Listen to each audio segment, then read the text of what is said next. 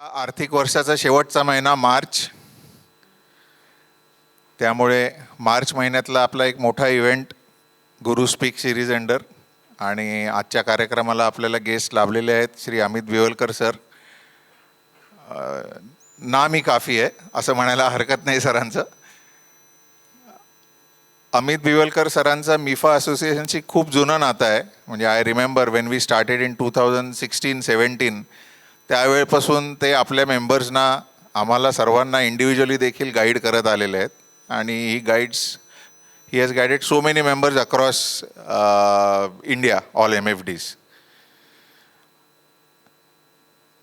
तरी आपल्या आज कार्यक्रमामध्ये काही नवीन मेंबर्स पण आहेत. So I will just give a short introduction of Amit sir. Amit sir is basically by qualification MBA graduate in finance from Pune and is a national merit scholar in economics during his commerce graduation. त्यांचा कार्यकाळ 1998 पासून, म्हणजे almost 25 years of experience in the financial industry. He started his professional career with DSP Merrill Lynch आणि त्यानंतर फिडलिटी AIGमध्ये leadership रोल्समध्ये त्यांनी काम केलं होतं. 2009मध्ये त्यांनी जी कंपनी स्थापित केली, Sapient Finserv, and he came from the AMC side to the distributor side in 2009. As on today, Sapient Finserv manages mutual fund assets worth 8,400 crores and alternative assets of more than 1,000 crores. So total customer B2C assets are worth 9,500 crore plus.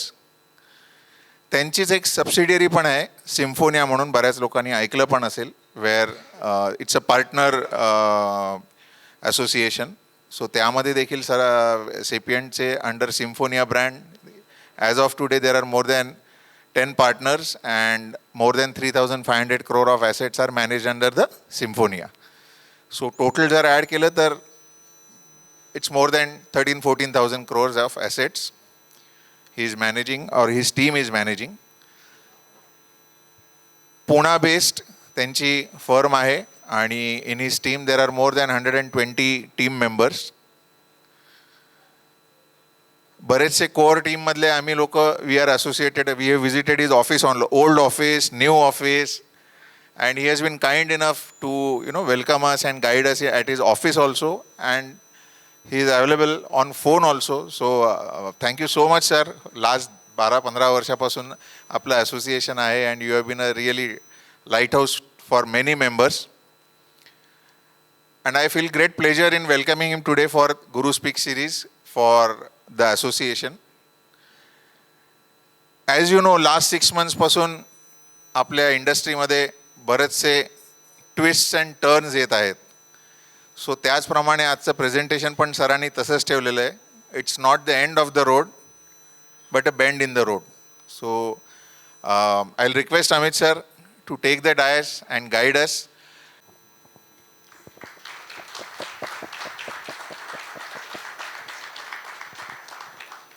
Good evening. एकच request आहे, मी generally बरा बोलतो. 40 मिनटं ते 45 मिनटं fire side chat आहे, त्याच्यात एक 20-25 मिनटं एक प्रेझेंटेशन करणार आहे.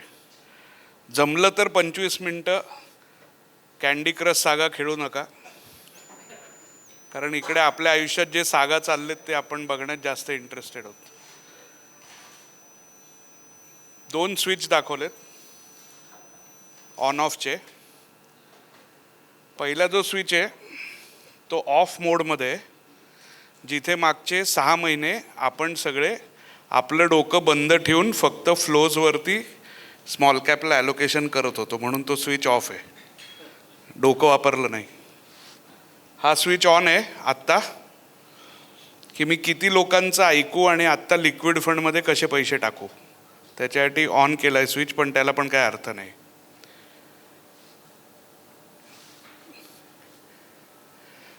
डिसिजन जेव्हा आपण कुठल्या गोष्टीचा घेतो तर तो डिसिजन आउटपुट काय आहे हे बघून घ्यायचा असतो. तर begin with the and in mind हे करून आपण कुठली गोष्ट करायची असते की मला इथनं जर पुण्याला पोचायचे 5 तासात, तर मला 2.5-3 तासात नगरला पोचलं पाहिजे, तरच मी 5 तासात पुण्याला पोचेन. पण मी मध्ये टवाळगिरी करत खात पीत जर गेलो तर मी 5 तासात नाही पोचू शकत. हे प्रेझेंटेशन काय आहे? मी फार खरं बोलतो आणि मी ब्रुटल बोलतो, त्यामुळे मला 7 वर्षांनी केतननी बोलवले बहुतेक. कारण 7 वर्षे एवढी तेजी होती की कोणाची गरजच लागली नाही आपल्याला, कारण सगळेच जण मोठे झाले होते.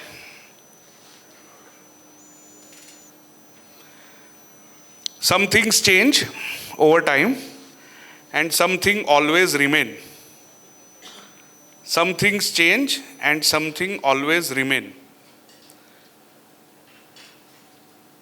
लिक्विडिटी क्रायसिस, स्ट्रेस टेस्ट, सगळ्यांना माहिती आहे स्ट्रेस टेस्ट सेबी पब्लिश करतं. तर त्या स्ट्रेस टेस्टमध्ये शेवटचे 25% घेतलेलेच नसतात. पहिल्या 75% स्ट्रेस टेस्ट असते. आणि ती स्ट्रेस टेस्ट अशी असते की एका स्कीममध्ये जर ए स्टॉक असेल तर तो विकायला किती दिवस लागतील हे तिथं ते देतात.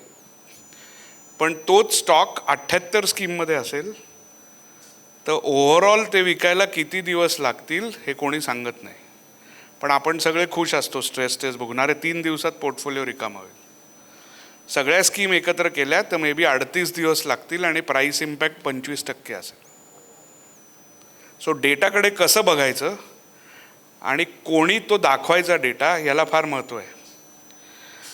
एक रँडम एक्झाम्पल तुम्हाला जस्ट देतो. इंडस्ट्रीमध्ये आपण दर महिन्याला इंडस्ट्रीचे नंबर्स येतात आणि आपण म्हणतो की एवढे कोटीची SIP चालू आहे आणि एवढा फ्लो चालू आहे. Typically what is that you think that you get net flows in equity mutual funds every month? Any idea? So 60,000 is the average that दर महिन्यात इन्क्लुडिंग SIP येत होतं मागचं वर्ष. फेब्रुवारी महिन्याचा नंबर कुठेतरी 25,000 कोटीला येईल इन्क्लुडिंग SIP.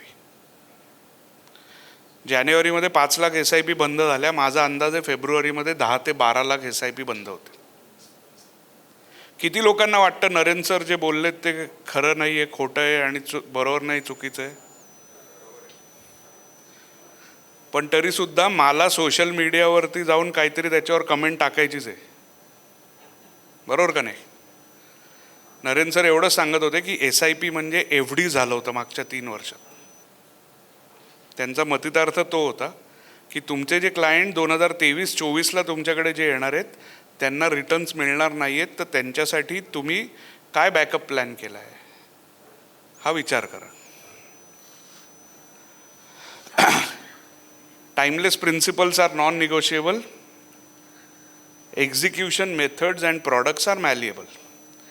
सगळ्यांनी जो स्ट्रक्चर्ड प्रॉडक्ट आत्ता सेबीनी येऊ घातला आहे 10 लाख रुपयाचा, त्या सगळ्यांनी ते फॉरवर्ड केलं असेल आलेलं.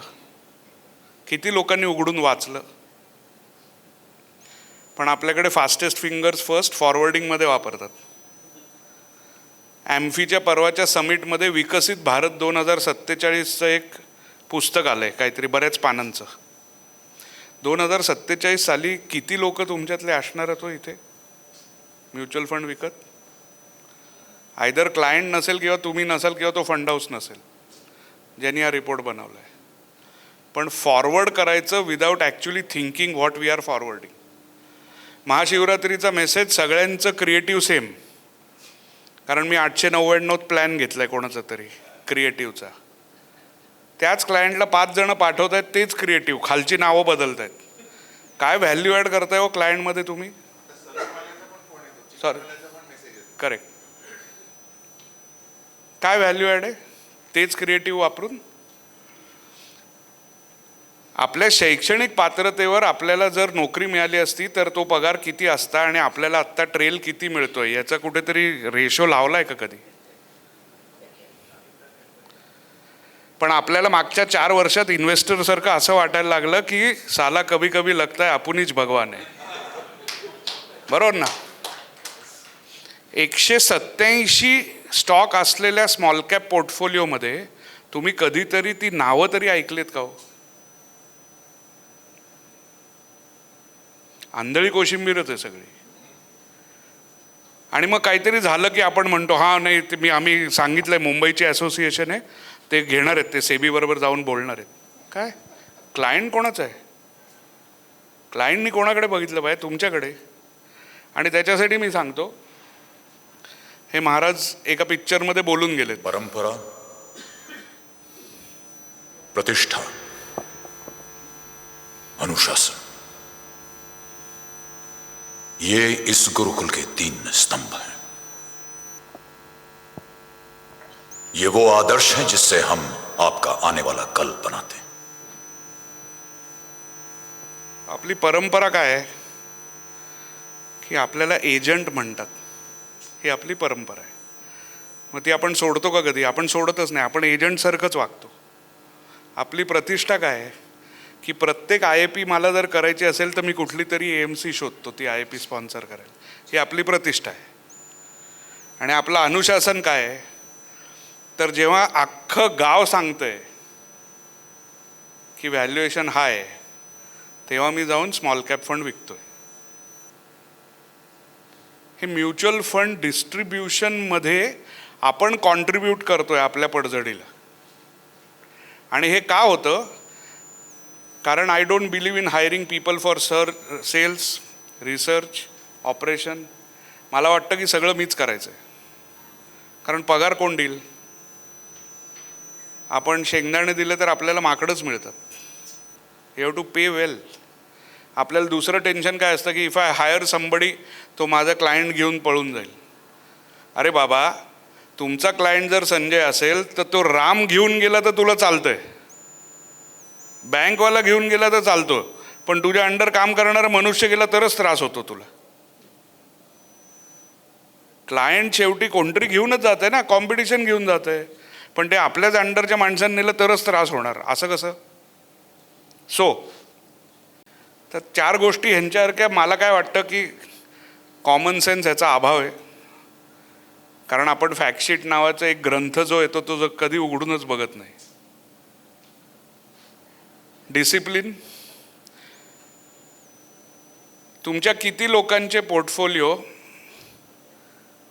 100% इक्विटी आहेत?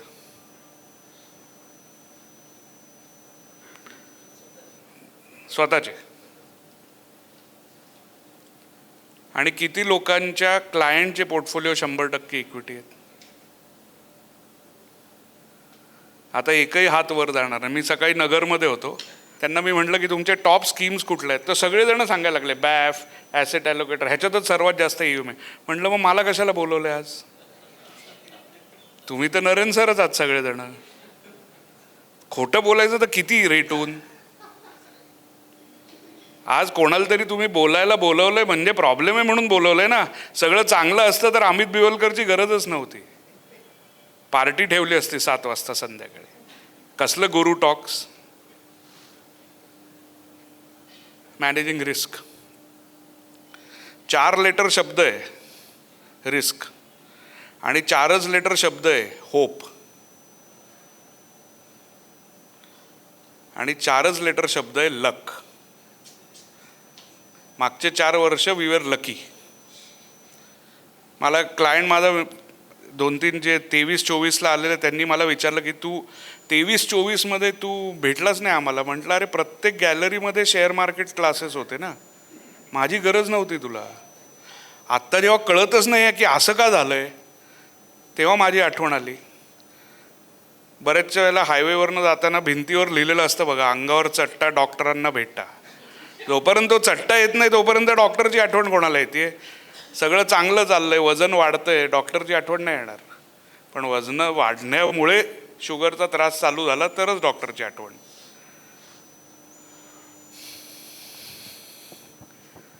2023 सालच्या या टॉप स्कीम्स आहेत. म्हणजे 15 फेब्रुवारी 2023ला मागच्या 1 वर्षाच्या टॉप स्कीम्स कुठल्या आहेत? आणि हे कुठल्याही फंड हाऊस किंवा कुठल्याही स्कीमबद्दल बोलण्यासाठी टेबल नाही आहे. हे 2024च्या टॉप स्कीम आहेत. इथे जर मी म्हटलं असतं की 60% रिटर्न मागच्या वर्षी आहे म्हणून मी या स्कीमला ॲलोकेट करतो, बऱ्याचशा ऑनलाईन प्लॅटफॉर्ममध्ये हेच होतं बरोबर. बऱ्याचशा ऑनलाईन प्लॅटफॉर्म आणि बऱ्याचशा MFDच्या दुकानात हेच होतं. आपल्याला फक्त कशाच्या मागे लपू शकतो आपण ऑनलाईन प्लॅटफॉर्मच्या. हां, त्यांच्या SIP बंद होत आहेत. अरे आपल्या पण होत आहेत. इथे पैसे टाकले असते तर पुढच्या वर्षी कुठल्या फंडनी टॉप केलंय बघा. मी इथे 99% रिटर्न आला म्हणून इथे पैसे टाकले असते तर पुढच्या वर्षी -14 आलं असतं. हे बघून मी हे इग्नोर केलं असतं, पुढच्या वर्षी डायरेक्ट सगळे फॉरेनचे US फंडच टॉपला होते. किती लोकांनी 2024ला US मध्ये पैसे टाकले?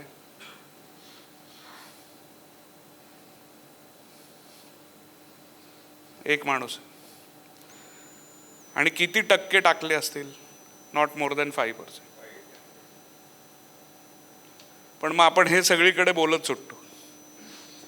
तर हे जर मागच्या वर्षीचं गणित होतं तर ह्या वर्षी कोण टॉप करेल मला काय माहिती.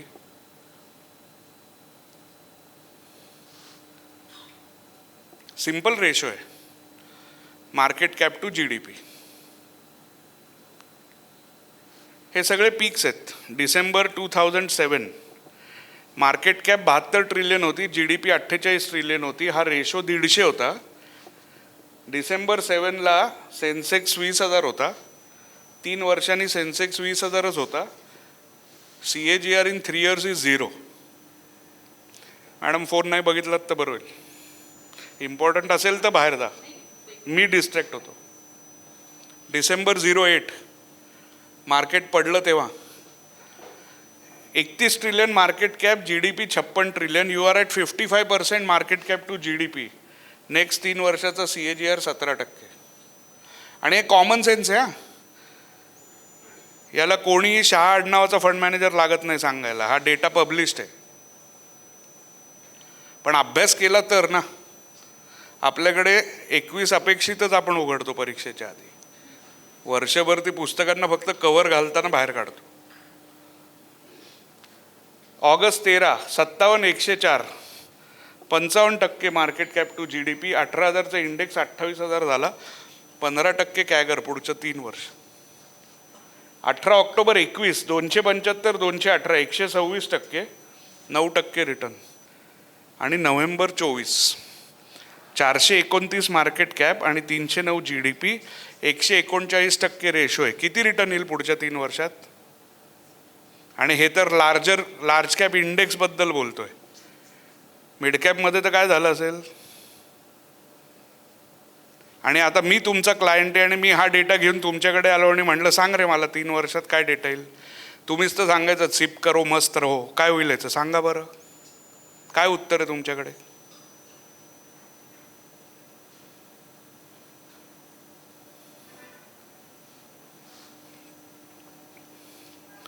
औरंगाबादचा डेटा आणलाय आम्ही,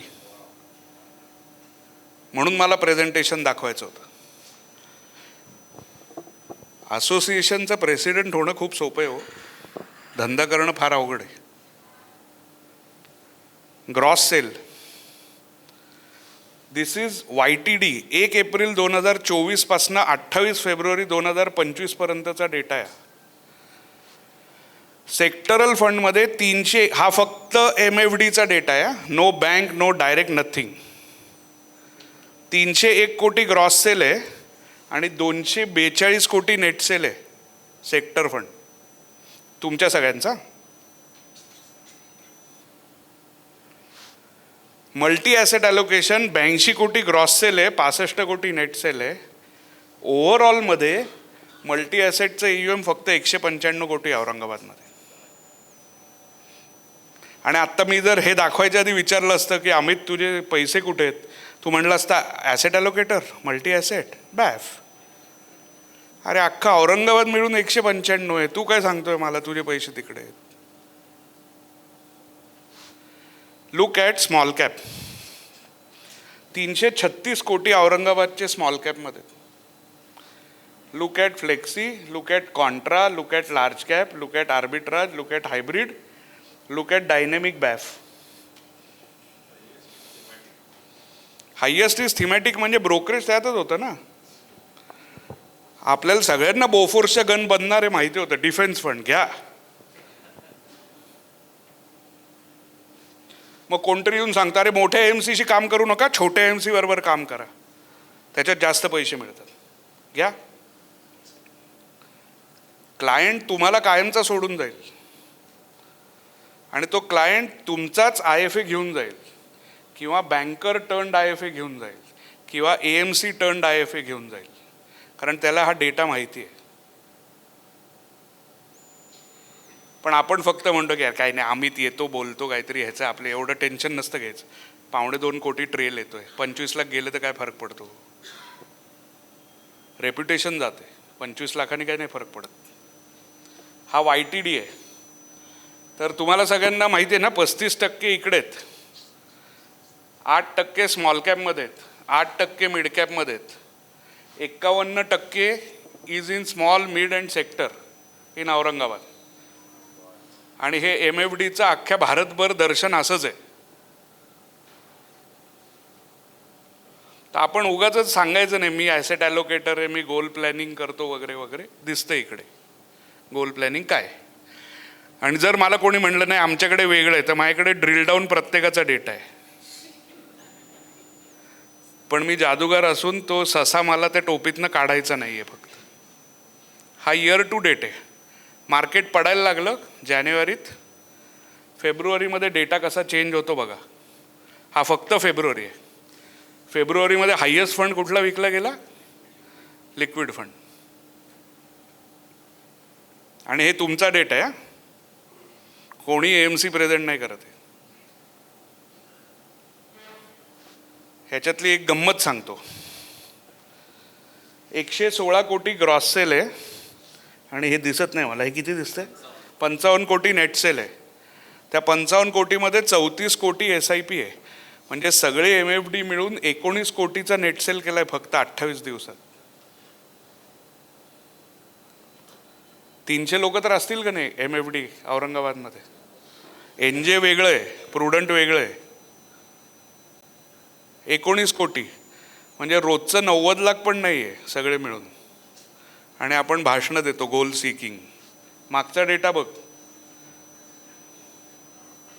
383 crores ॲव्हरेज AUM प्रत्येकाचा आणि net sales 683 crore in 10 months, which means 68 crores of net sale.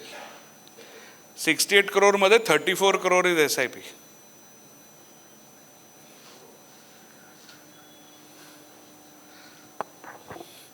सर्वात दुर्लक्षित बाई आहे, सर्वात दुर्लक्षित.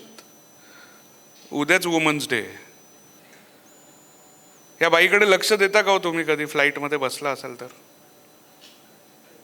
ती बिचारी सांगत असते आणि आपण हे करत असतो. बरोबर का नाही? असं का होतं? तुम्ही जर फ्लाईटवर चाललायत, मी आत्ता कौन बनेगा करोडपती सारखे 4 ऑप्शन देतो. What would you be okay not having on a flight?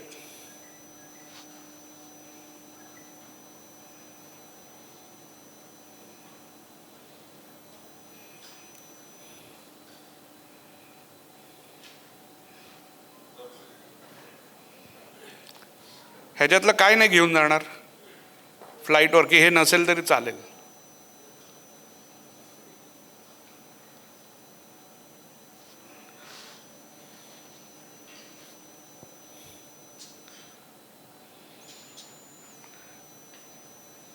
Product, narrative, process, portfolio, factsheet, Sharpe ratio, Treynor ratio, standard deviation.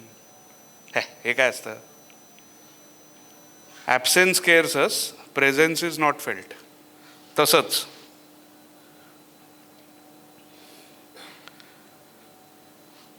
What would you be okay not having with an MFD if you are a client?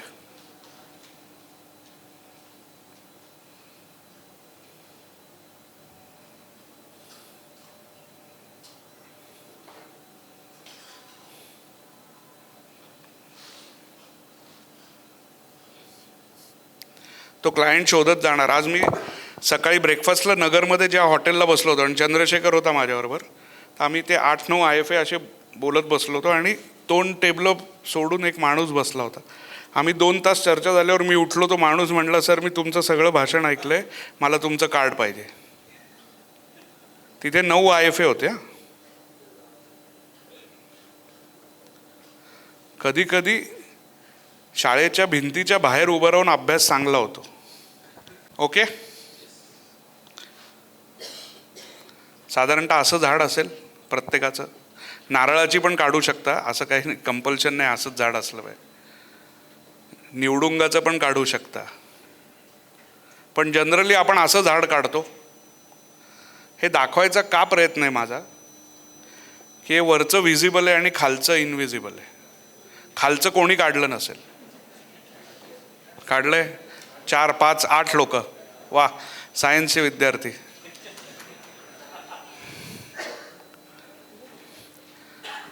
आपण फक्त वरच्याबद्दल बोलत असतो.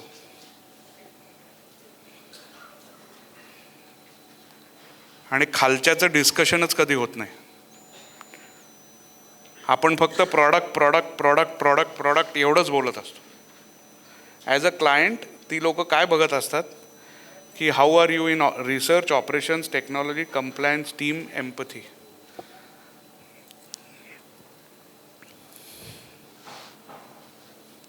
तर काय व्हायला पाहिजे actually, तो एक 17 वर्षाचा ग्रँडमास्टर झाला आणि त्यांनी हरवलं most important piece in a chessboard, goals of your client. Most powerful piece, asset allocation. जानेवारीत मार्केट पडल्यावर 17% लिक्विड फंड नसतो विकायचा इन फेब्रुवारी. ॲसेट ॲलोकेशन आपण जसं म्हणतो ना, रिटायरमेंट प्लॅनिंग रिटायरमेंट जवळ आल्यावर नसते करायची, तसंच झालं ते. Liquid fund after the market fall. हत्ती, second most powerful piece, and that's actually risk control. Then most adaptable piece, कसं आहे, 2.5 घरं जातो. You can manoeuvre. जे क्लायंटला कळत नाही ते तुम्ही करू शकता. 2.5 घरं उलटी, तिरकी, मागे पुढे कशी जाऊ शकता. देन उंट, मोस्ट अँकर्ड. तिरका असा जातो, तिरका असा जातो, मागे येतो, पुढे जातो, बस. These are your biases. 22,000ला इन्व्हेस्ट केलं तर 22,000 येईपर्यंत थांबतो आणि मग लॉस कट करतो. अरे बाबा, मग कशाला थांबतो, आधीच लॉस कट कर. बायस. 10 रुपयाला चांगलं वाटतं, बायस. सेक्टरल फंड चांगला वाटतो, बायस. TV वर बोलतायत चांगलं वाटतं, bias. Pawn, first line of defence.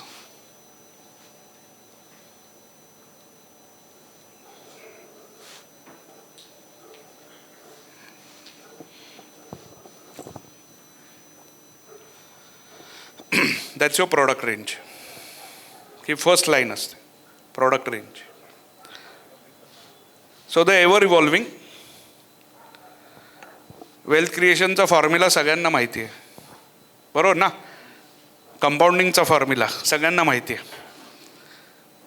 What is it? Final amount, principal amount, rate of return, time and number of period. आपण अजूनही 15-18% SIPचं रिटर्न दाखवतोच आहे की लोकांना, जे शक्य नाही. 10 वर्षाचा निफ्टीचा रिटर्न किती आहे? 13.5, 14, 12. अजून कोणी? कोण आहे? 10. 10.84 हा निफ्टीचा रिटर्न आहे. एक्सपेन्स रेशो मायनस करा,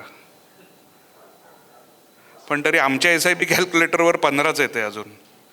आणि मग काहीतरी व्हॉट्सॲपवर पाठवतो, 15/15/15 इज इक्वल टू दिस.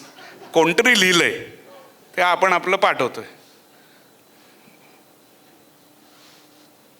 माझं इंटरप्रिटेशन फार वेगळं आहे, कारण मी जेव्हा अहमदनगरचे छत्रपती संभाजीनगरचे आकडे जेव्हा बघितले ना MFDsचे, खरंच सांगतो मला वाईट वाटलं. आपण कोणीही धंदा करत नाही.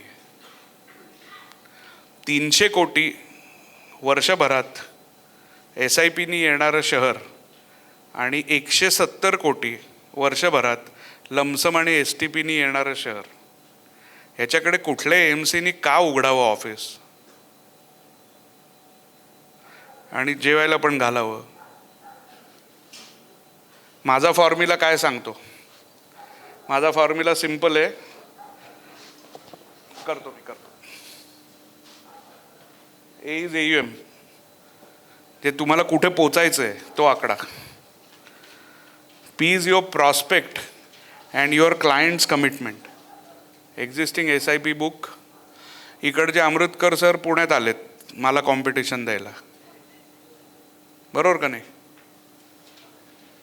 किती वेळ लागेल मुंबई पुणे वाल्याला इकडे येऊन दुकान टाकायला? P is prospect and clients commitment. R is returns of relevant products and retention of relevant talent. Then T is time the clients and our team remain associated with us. आम्ही एक कोहोर्ट ॲनालिसिस करतो. 2009 साली आलेला client माझ्याकडे किती वर्ष राहिला हे मी करतो आणि माझ्याकडे रेडीमेड डेटा असतो त्याचा. N is number of calls needed to enlighten, empower and serve clients. 23-24 मध्ये आलेल्या क्लायंट्सला आत्ता जास्त कॉल करा, त्यांना जास्त गरज आहे तुमची. 13-14 मध्ये आलेल्यांना गरज नाही, त्यांना मंथली एक फोन कॉल. तो काय म्हणतो 15%चा 14% झाला ना CAGR, ओके. 23-24 मध्ये आलेला लाईफ सपोर्ट पाहिजे आत्ता, त्याच्याशी बोला. सो आयदर एक काहीतरी डबल करा. R डबल केलात तर तुमची टीम वाढवा, आपण रेट ऑफ रिटर्न म्हणलं ऑफ टॅलेंट. P म्हणजे प्रॉस्पेक्ट वाढवा, ते डबल करा. किंवा T म्हणजे तुमच्याकडे तो क्लायंट आयुष्यभर कसा राहील ह्याच्यासाठी प्रॉडक्ट कुठला देतोय ते वाढवा.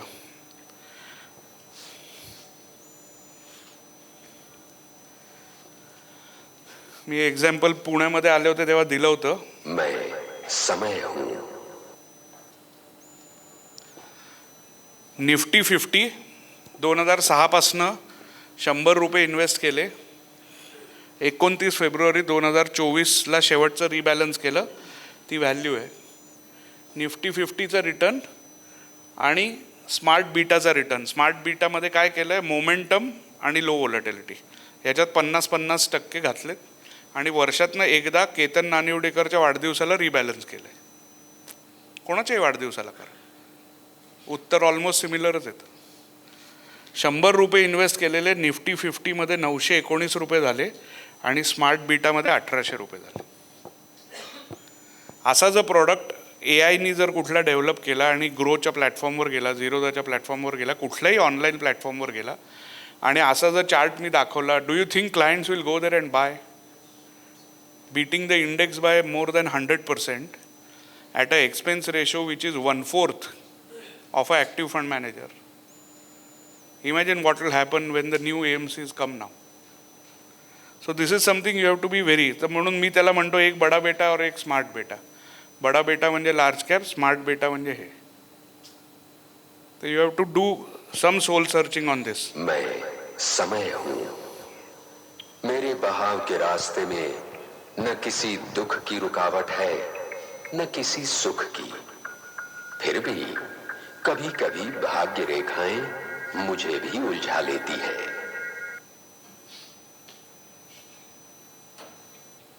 माणसाच्या इव्हॉल्युशन पासनं जर 24 तासात मी क्लॉक लावलं तर history of economics is just 24 minutes old आणि history of modern investing in stock market is just 2 minutes old.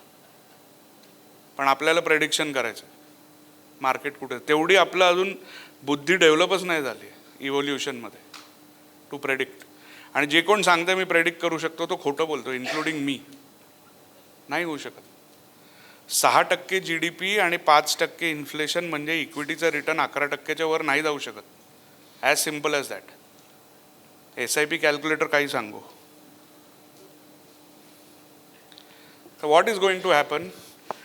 It is not the strongest of the species that survives, nor the most intelligent that survives. It is the one that is the most adaptable to change, that lives within the means available and works cooperatively against common threats. Common threat काय आहे? Not reading is a common threat. Common threat काय आहे? आपण बॅकपायपरला जसं follow केलं ना त्या गोष्टीमध्ये सगळ्या उंदरांनी, तसं we follow. That is a threat. So you have to develop your own model of research. If you don't do this, there is a problem. And it discipline. Please have a discipline for your office in terms of product selection. Now. Because you have to get up at 6:30, you go to sleep at 10. Because you have to train in the morning, go to eat right at 8 o'clock dinner. Because you just came back from training, then you have to eat lunch at 1. So the whole day is a process. Discipline. So somebody asked me someday, like, how does magic on the pitch happen? I was thinking to myself, there is no magic, there is no mantra, it's just small things done right every day, and that's what eventually something great happens. Wow. So मला सांगतात की तुम्ही नाही sir तुमचं वेगळं आहे, तुम्ही मोठे आहेत. अरे मी धंदा चालू केला तेव्हा माझंही EM शून्यच होतं ना. आपल्या टीम मेंबरला माहिती असतं की आपण ट्रेल किती कमवतो, त्यामुळे त्याला चांगले पैसे द्या. त्याला आपण मॅक्सिमम त्याच्याकडनं तो ऊसाचा रस कसा सगळं झाल्यावर अजून एकदा करून परत एकदा मशीनमध्ये घालतात, ते करायचा प्रयत्न करतो. वो जाते जाते उनके घर होके जाणार आहे. कशासाठी? उद्या सकाळी करेल की, रात्री आहे का काही फॉर्म सबमिशन? पण आपण ते करतो, स्वतःला हा नियम लावून घेत नाही. Correct? So what I meant was cut the noise, leave the Instagram reels to the Instagram influencers, and you be with the real clients, because that is something which is going to help you. Thank you very much. बरेच विचार करून असं ठरवलं की जे normal ॲडवायझरला प्रश्न पडतील ते आपण सरांना विचारूत. So he will be more open. Stats तर आपण बघितले, he has been more open to us. औरंगाबादचे स्टॅटिस्टिक्स दाखवून की काय एक्झॅक्टली औरंगाबादची परिस्थिती आहे as far as business is concern has already been given. So आमचा एक तो विचार झाला की let us have a fireside chat. आणि असं फार कमी वेळेस झालेलं असेल की इंटरव्ह्यू किंवा ह्या फायरसाईड चॅटला आपण ज्यांना प्रश्न विचारू इच्छितो त्यांच्यापेक्षा जो प्रश्न विचारतोय तोच जास्त प्रेशरमध्ये आला असेल, हे सगळं डेटा किंवा ॲनालिसिस बघून. सो सध्या माझी तशी परिस्थिती आहे. आणि दुसरा आमचा असा एक मुद्दा होता की अमितचा इंटरव्ह्यू कसा घेईल किंवा प्रश्न कसे विचारेल. बाहेर सांगायला खूप सोपं आहे की अमित घाबरला होता.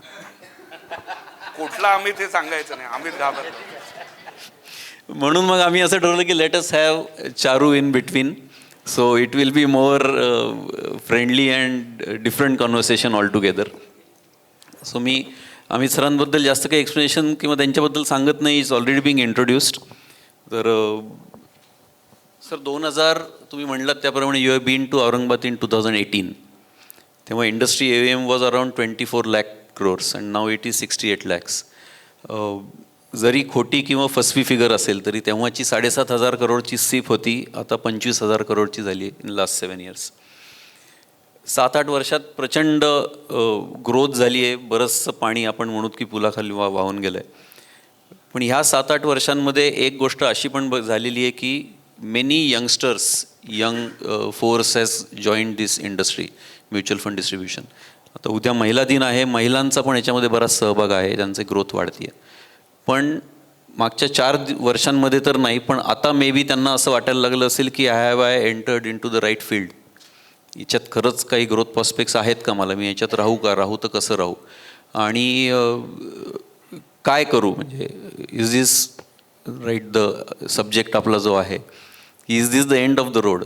तर तुम्ही त्यांना काय सांगू, काय तुम्हाला गाईड करू शकाल त्यांच्यासाठी? गल्लत कुठे होते की मला पुढे जायचंय, इथे गल्लत नसते. मला तुझ्या पुढे जायचं, इथे गल्लत असते.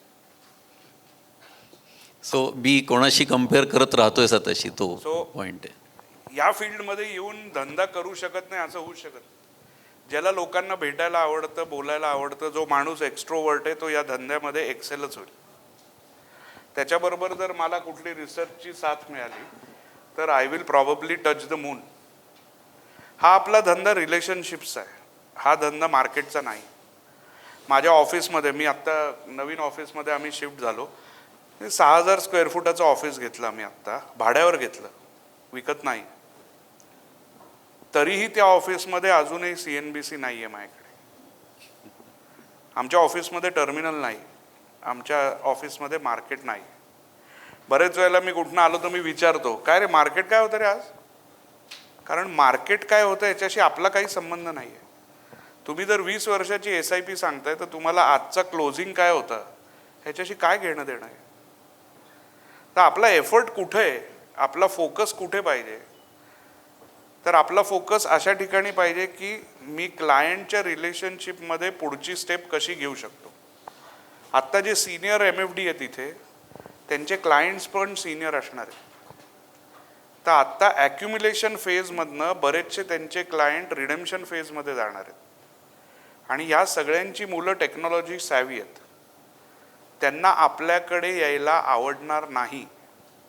त्यांना ऑनलाईन कुठेतरी घरच्या घरी रात्री 12 वाजता काहीतरी करण्यात मजा आहे. तर नवीन जनरेशन जी या धंद्यात येते, you have to adapt to the current situation. बाप के ज़माने में और आपके ज़माने में धंदा करना बहुत डिफरेंट है. 2018 साली मी इथं जेव्हा आलो होतो ना, क्लायंटचे पोर्टफोलिओ 2018 साली खूप छोटे होते, आत्ता खूप मोठे झाले. आणि त्या मोठ्या पोर्टफोलिओमध्ये रिस्कही खूप मोठी झाली. त्यामुळे आत्ताचा फॉल जास्त त्रास होतोय, कारण पोर्टफोलिओ साईज मोठा झाला, IFAचा पण आणि क्लायंटचा पण. सो अशा वेळेला उत्तर द्यायला आपल्याकडे काही उत्तरच नसतं. सो नवीन जी जनरेशन आहे ना, त्यांनी पहिलं ह्याच्याकडे लक्ष दिलं पाहिजे की मी research, scheme selection, product suitability, risk profiling याच्यावरती चांगलं काम कसं करू शकतो. सिंपल गोष्ट आहे, जर रिस्क प्रोफाईल तुम्ही केल्या 3, 4, 5 तुमच्या ऑफिसमध्ये आणि अकॉर्डिंगली प्रॉडक्ट सुटेबिलिटी केली तर हा त्रास कधीच होत नाही. मी काल माझा विजय वेंकटराम बरोबर एक इंटरव्ह्यू होता वेल्थ फोरमला, तो आला असेल, बघा तुम्ही, 1 तासाचा इंटरव्ह्यू आहे. 100 कोटी ज्याच्याकडे आहेत आणि 1 लाख ज्याच्याकडे, पैशाप्रमाणे रिस्क प्रोफाईल बदलत नाही. 100 कोटीवाल्याला हे माहिती असतं की आता मी जनरेट करू शकत नाही इन्कम, त्यामुळे मला फिक्स्ड इन्कमच पाहिजे. 1 लाखवाला म्हणतो की माझं लोन आहे डोक्यावरती, त्यामुळे मला रिस्क नाही घ्यायचे, त्यामुळे मला फिक्स्ड इन्कम पाहिजे. सो आपल्याला हे जे शिकवतात ना, 100 वजा एज एवढं इक्विटीमध्ये पाहिजे, असं काही नसतं. माझा एक क्लायंट आहे 88 वर्षाचा, तो मी त्याच्या घरी गेलो की गोव्यात गेल्यासारखंच वाटतं, फुलांचे शर्ट घालून बसलेला असतो, 88 इयर ओल्ड. आणि मी त्यांना पहिल्यांदा जेव्हा भेटायचो तेव्हा म्हणायचं, sir that time he was 79. मी म्हणायचो, सर डेटमध्ये आपण जरा जास्त एक्सपोजर घेऊ. तो म्हणला, मी आयुष्यभर काम केलं, हे पैसे माझ्या नातवाचे, हे 100% इक्विटीमध्ये पाहिजे. पण मी जर गुरु स्पीकमधलं कोणाचं ऐकलं असतं तर मी 100 वजा 79 21% इक्विटी देऊन आलो असतो. तर एज ओल्ड क्लायंट आहे म्हणजे रिस्क नाही असं काही नाही, आणि 25 वर्षाचा आहे म्हणजे रिस्क नाही असं काही नाही. 25 वर्षाचा विथ कॅन्सर पण असू शकतो, तो रिस्क घेऊ शकत. तर identifying your clients risk is the biggest challenge for any newcomer. त्याची रिस्क टेकिंग ॲबिलिटी आणि त्याप्रमाणे प्रॉडक्ट सिलेक्शन ह्याच्याकडे जर लक्ष दिलं, या फील्डला तोटा नाही. मी सिंपल गोष्ट सांगतो, 1995 साली गव्हर्नमेंट सिक्युरिटी 30 इयर बॉन्ड हा 17% होता का 14% होता. त्यावेळेला UTIच फक्त AMC होते आणि त्यांच्याकडचं EUM काहीतरी तेव्हा 34,000 कोटी का 52,000 कोटी काहीतरी होतं. जर UTIने ते सगळे पैसे त्या एका बॉन्डमध्ये टाकले असते ना 30 वर्षाच्या ॲट 17%, तर आज जेवढं म्युच्युअल फंडचा EUM आहे तेवढाच त्यांचा EUM झाला असता. सो आपण सगळे बसून काही व्हॅल्यू ॲड केलेलं नाही मागच्या 30 वर्ष. पण म्हणजे या नवीन जे डिस्ट्रीब्युटर्स आहेत त्यांना क्लायंटकडे जाणं माझ्या त्याच्यापेक्षा म्युच्युअल फंडच्या माणसांनी रिलेशनशिप मॅनेजरनी माझ्याकडे येणं आणि मला प्रॉडक्टबद्दल सांगणं याचं अट्रॅक्शन जास्त वाटतं. सो इथे कुठेतरी गल्लत होते का की मी नाही, वेळ कारण कोणाबरोबर आता मी घालवावा. तुम्हाला सिंपल सांगतो, काही काही म्युच्युअल फंड तुम्हाला मुंबईला घेऊन जातात 1 डे ॲट, बरोबर का नाही? त्याचा काय उपयोग असतो मला सांगा जरा. आणि तुम्ही जेव्हा मुंबईला जाता तेव्हा ती इनोवा तुम्हाला घरी घ्यायला यायला पाहिजे, आणि त्याच्या साईडच्या दरवाज्यात पाण्याच्या बाटल्या पण ठेवल्या पाहिजेत त्यांनी. अहो तुमचं नेट सेल किती आहे? तुम्ही माझ काय करताय? 60 लाखमध्ये 160 कोटी जर तुमच्या शहराचं नेट सेल आहे, तरी ते तुम्हाला मुंबईला नेत आहे, तर तुम्ही येताना लोटांगणं घरात परत यायला पाहिजे. तुम्ही आरएमला कसलं बोलवताय? बरं आरएमला बोलवून विचारणार काय? हायेस्ट एम कोणाचा आहे? अमृतकर. आरएमला बोलवून मी विचारणार काय? अमृतकरांना किती ब्रोकरेज देतो रे तू? मला करणार का मॅच तेवढं? हाच प्रश्न. पोर्टफोलिओत कुठला स्टॉक आहे ह्याच्यावर काही प्रश्न नाही ना. क्लायंटला बोलवायला पाहिजे ऑफिसला. क्लायंटला तुम्ही तुमच्या ऑफिसला बोलवलं तर तो अपॉइंटमेंट घेऊन येतो, वेळ पाळतो, तुमचा वेळ वाचतो, तुम्ही 7-8 कॉल्स करू शकता एका दिवसात. पण त्याच्याऐवजी मी 3,000च्या SIP साठी गाडीला 2 व्हीलरला किक मारून कुठेतरी 15 किलोमीटर लांब जाऊन ती SIP घेऊन येतो. त्याला काय अर्थ आहे?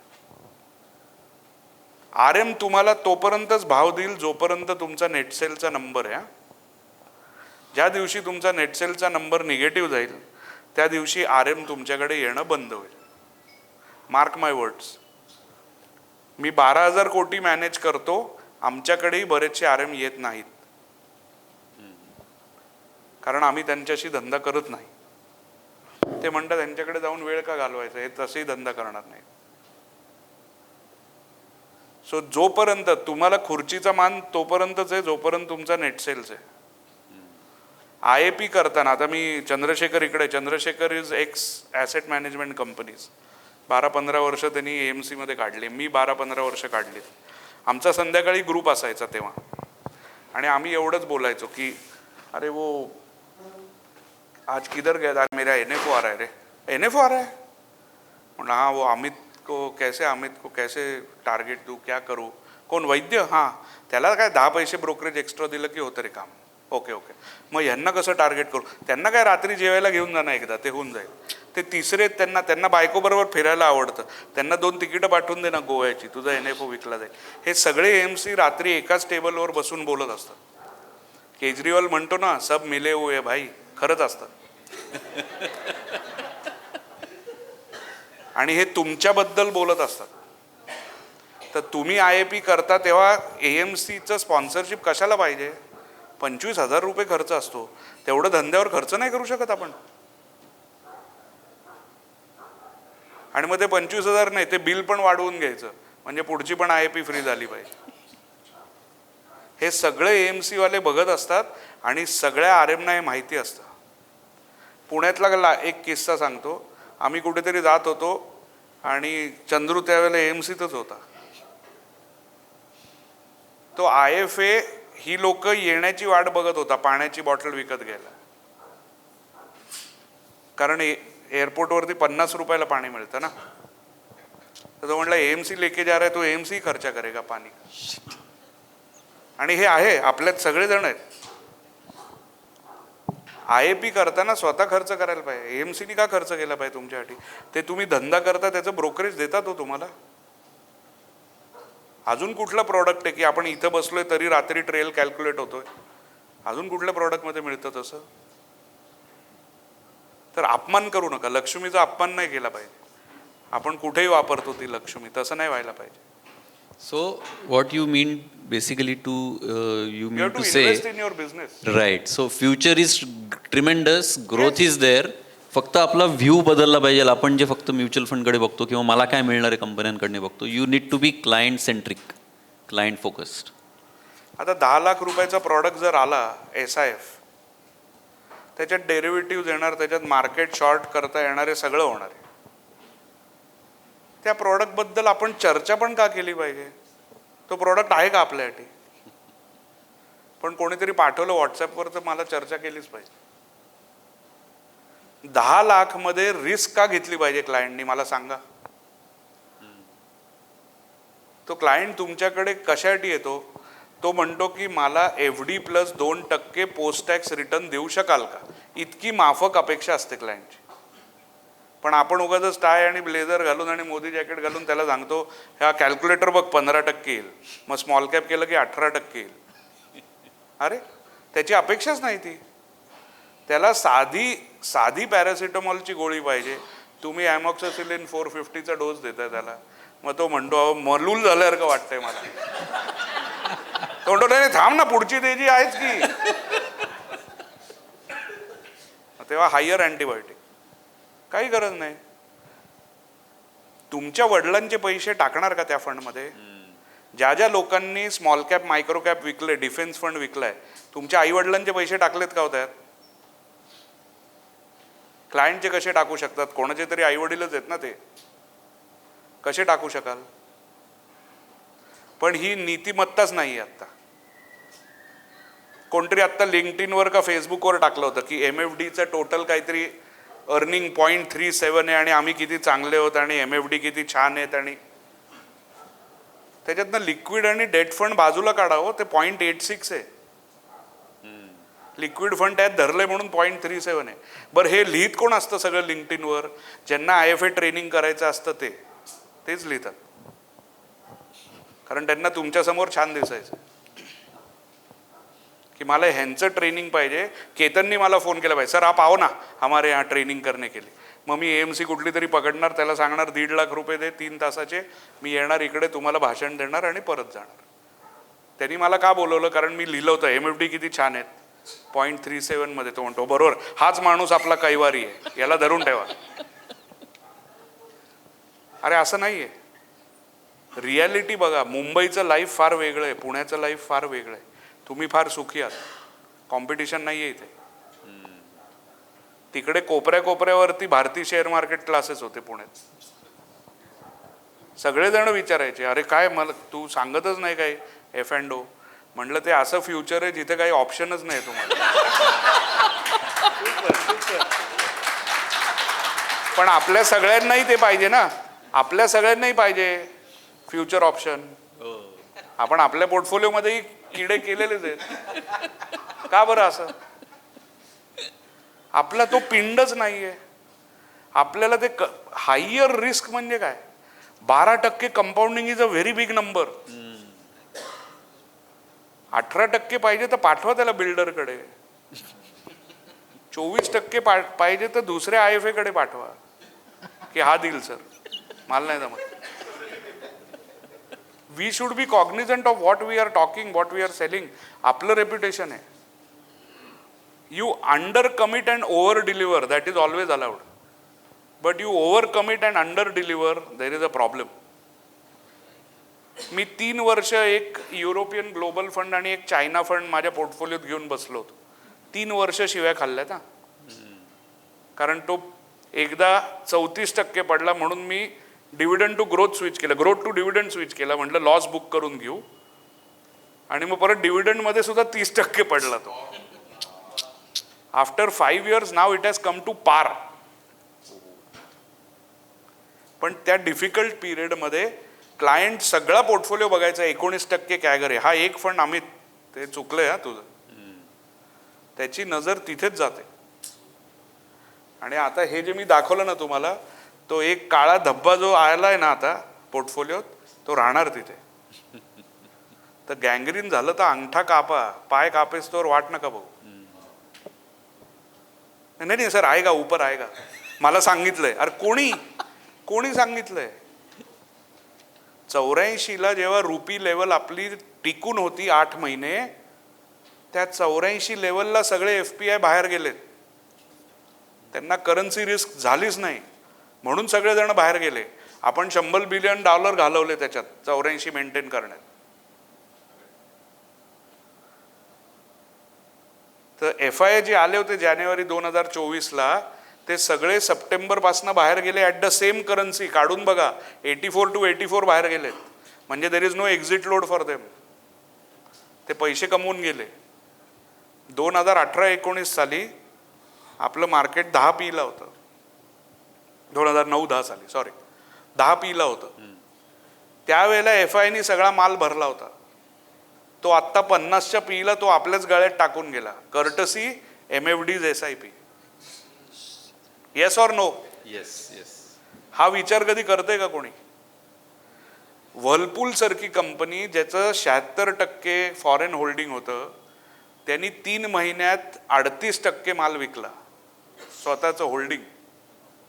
अशा किती कंपन्या आहेत who have sold their promoter holdings. त्या प्रमोटरला वाटतंय माझी कंपनी रिटर्न देणार नाही, पण आपण म्हणतो की नाही नाही SIP करो, खुश राहो, येऊ दे मालात.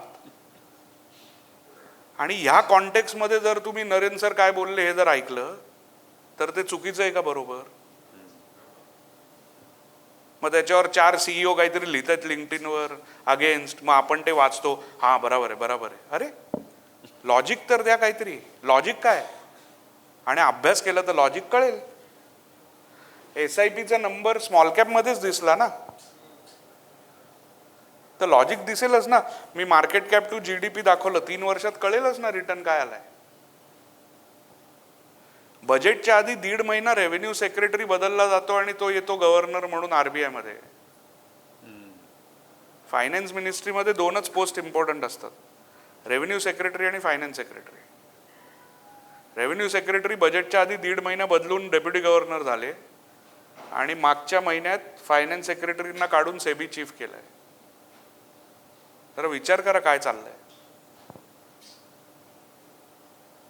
हेच फायनान्स सेक्रेटरी यांनी मागच्या वर्षी सगळं लेंडिंग बँकेतलं बंद केलं होतं NBFCला. इन्फ्रास्ट्रक्चर स्पेंड बंद केला होता. पण त्याच्यासाठी मॅक्रो इकॉनॉमिक्स वाचायला पाहिजे. मॅक्रो इकॉनॉमिक्स कोण वाचते? कोणी नाही, कारण ते व्हॉट्सॲपवर येत नाही. त्याच्यासाठी कष्टच कोणीच नाही वाचत, कारण काय पाठवायचं हेच माहीत नाही ना. त्यातलं येतं खूप. तर प्लीज लक्ष द्या, तुमचं रेप्युटेशन लाईनवरती आहे, माझं रेप्युटेशन लाईनवर आहे अलॉंग विथ यू. आणि आपण त्याच्याकडे लक्ष दिलं पाहिजे. Client will change his advisor, client will change his MFD. आपण म्हणतो की तो माझा क्लायंट एवढे वर्षाचा होता, तो का गेला? AMC मध्ये एक्झिट इंटरव्ह्यू असतो सोडताना, की का सोडायचंय बाबा तुला, रिझनिंग दे. तुला नाही आवडत संजय ॲज अ बॉस, तू आत्ता काही बोलू नको, तू एक्झिट इंटरव्ह्यू मध्ये लिहून दे का नाही आवडत संजय. त्याच्या ह्या चुका आहेत. क्लायंट जाताना एक्झिट इंटरव्ह्यू देत नाही हा, तो जातो आणि तो जाताना सगळ्यांना सांगून जातो, उरलेल्या त्याच्या मित्रांना जे तुमच्याकडे, की यांची काय चूक आहे. Long answer to a short question. Right. Amit, you have, devastated us bullet by bullet, brick by brick, and I'm sure this reality check also has given imposter syndrome. But yes, I'll do my job in terms of what we had planned asking. Risk profiling, product selection, investment in research, investment in terms of time, intent, effort, money, everything. That is for the new MFDs. And I'm sure it applies to all of us. But the seasoned MFDs who believe, rather believe, they have certain feeling that they have attained a certain scale, certain size over all these years. They are also baffled. They are anxious by the regulatory uncertainty, by the entry of fintechs, by the entry of well-funded, large organized distributors coming into this space. Your suggestion to their way forward for these seasoned MFDs and the challenges that they are ahead, which they are not capable to see at this point in time. I don't think so there is any challenge. Regulatory काय challenge आहे आता? आज सांगा, मग नंतर म्हणायचं नाही की सेबी असंच करते. नाही, हा चॅलेंज काही नाही. हा फक्त प्रश्न विचारायचा असतो. रेग्युलेटरी होते काहीतरी करतात, काय करतात सांगा. रेग्युलेटरी काय चॅलेंज आहे सांगा जरा.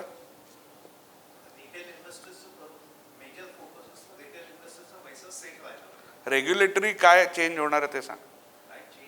रेग्युलेटरी चॅलेंज काय वाटतो आपल्याला? रेग्युलेटरी रिस्क काय ते सांग.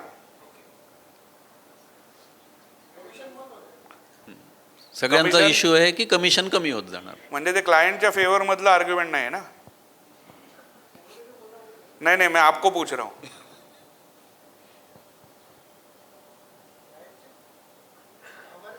आपने वो आपकी उम्र क्या है सर? 52. 25 साल पहले आप ट्रेन का टिकट बुक करते थे through a travel agent. Have you thought about that travel agent before shifting to MakeMyTrip और IRCTC? Why will a customer think about you if you are not adding value? 1992 मध्ये इन्फोसिसचा IPO आला होता, एनामनी केला होता. त्यावेळेला समजा 50,000 रुपये टाकले असते तर त्याचे आत्ता काहीतरी 50 कोटी रुपये का काहीतरी झाले असते. ते येतं ना मध्ये मध्ये की गाडी घेतली नसती, MRFचा टायर घेतला नसता तर काय होतं. तर तसं जर 92 साली मी इन्फोसिसच्या IPO मध्ये पैसे टाकले असते आणि आज 50 कोटी झाले असते.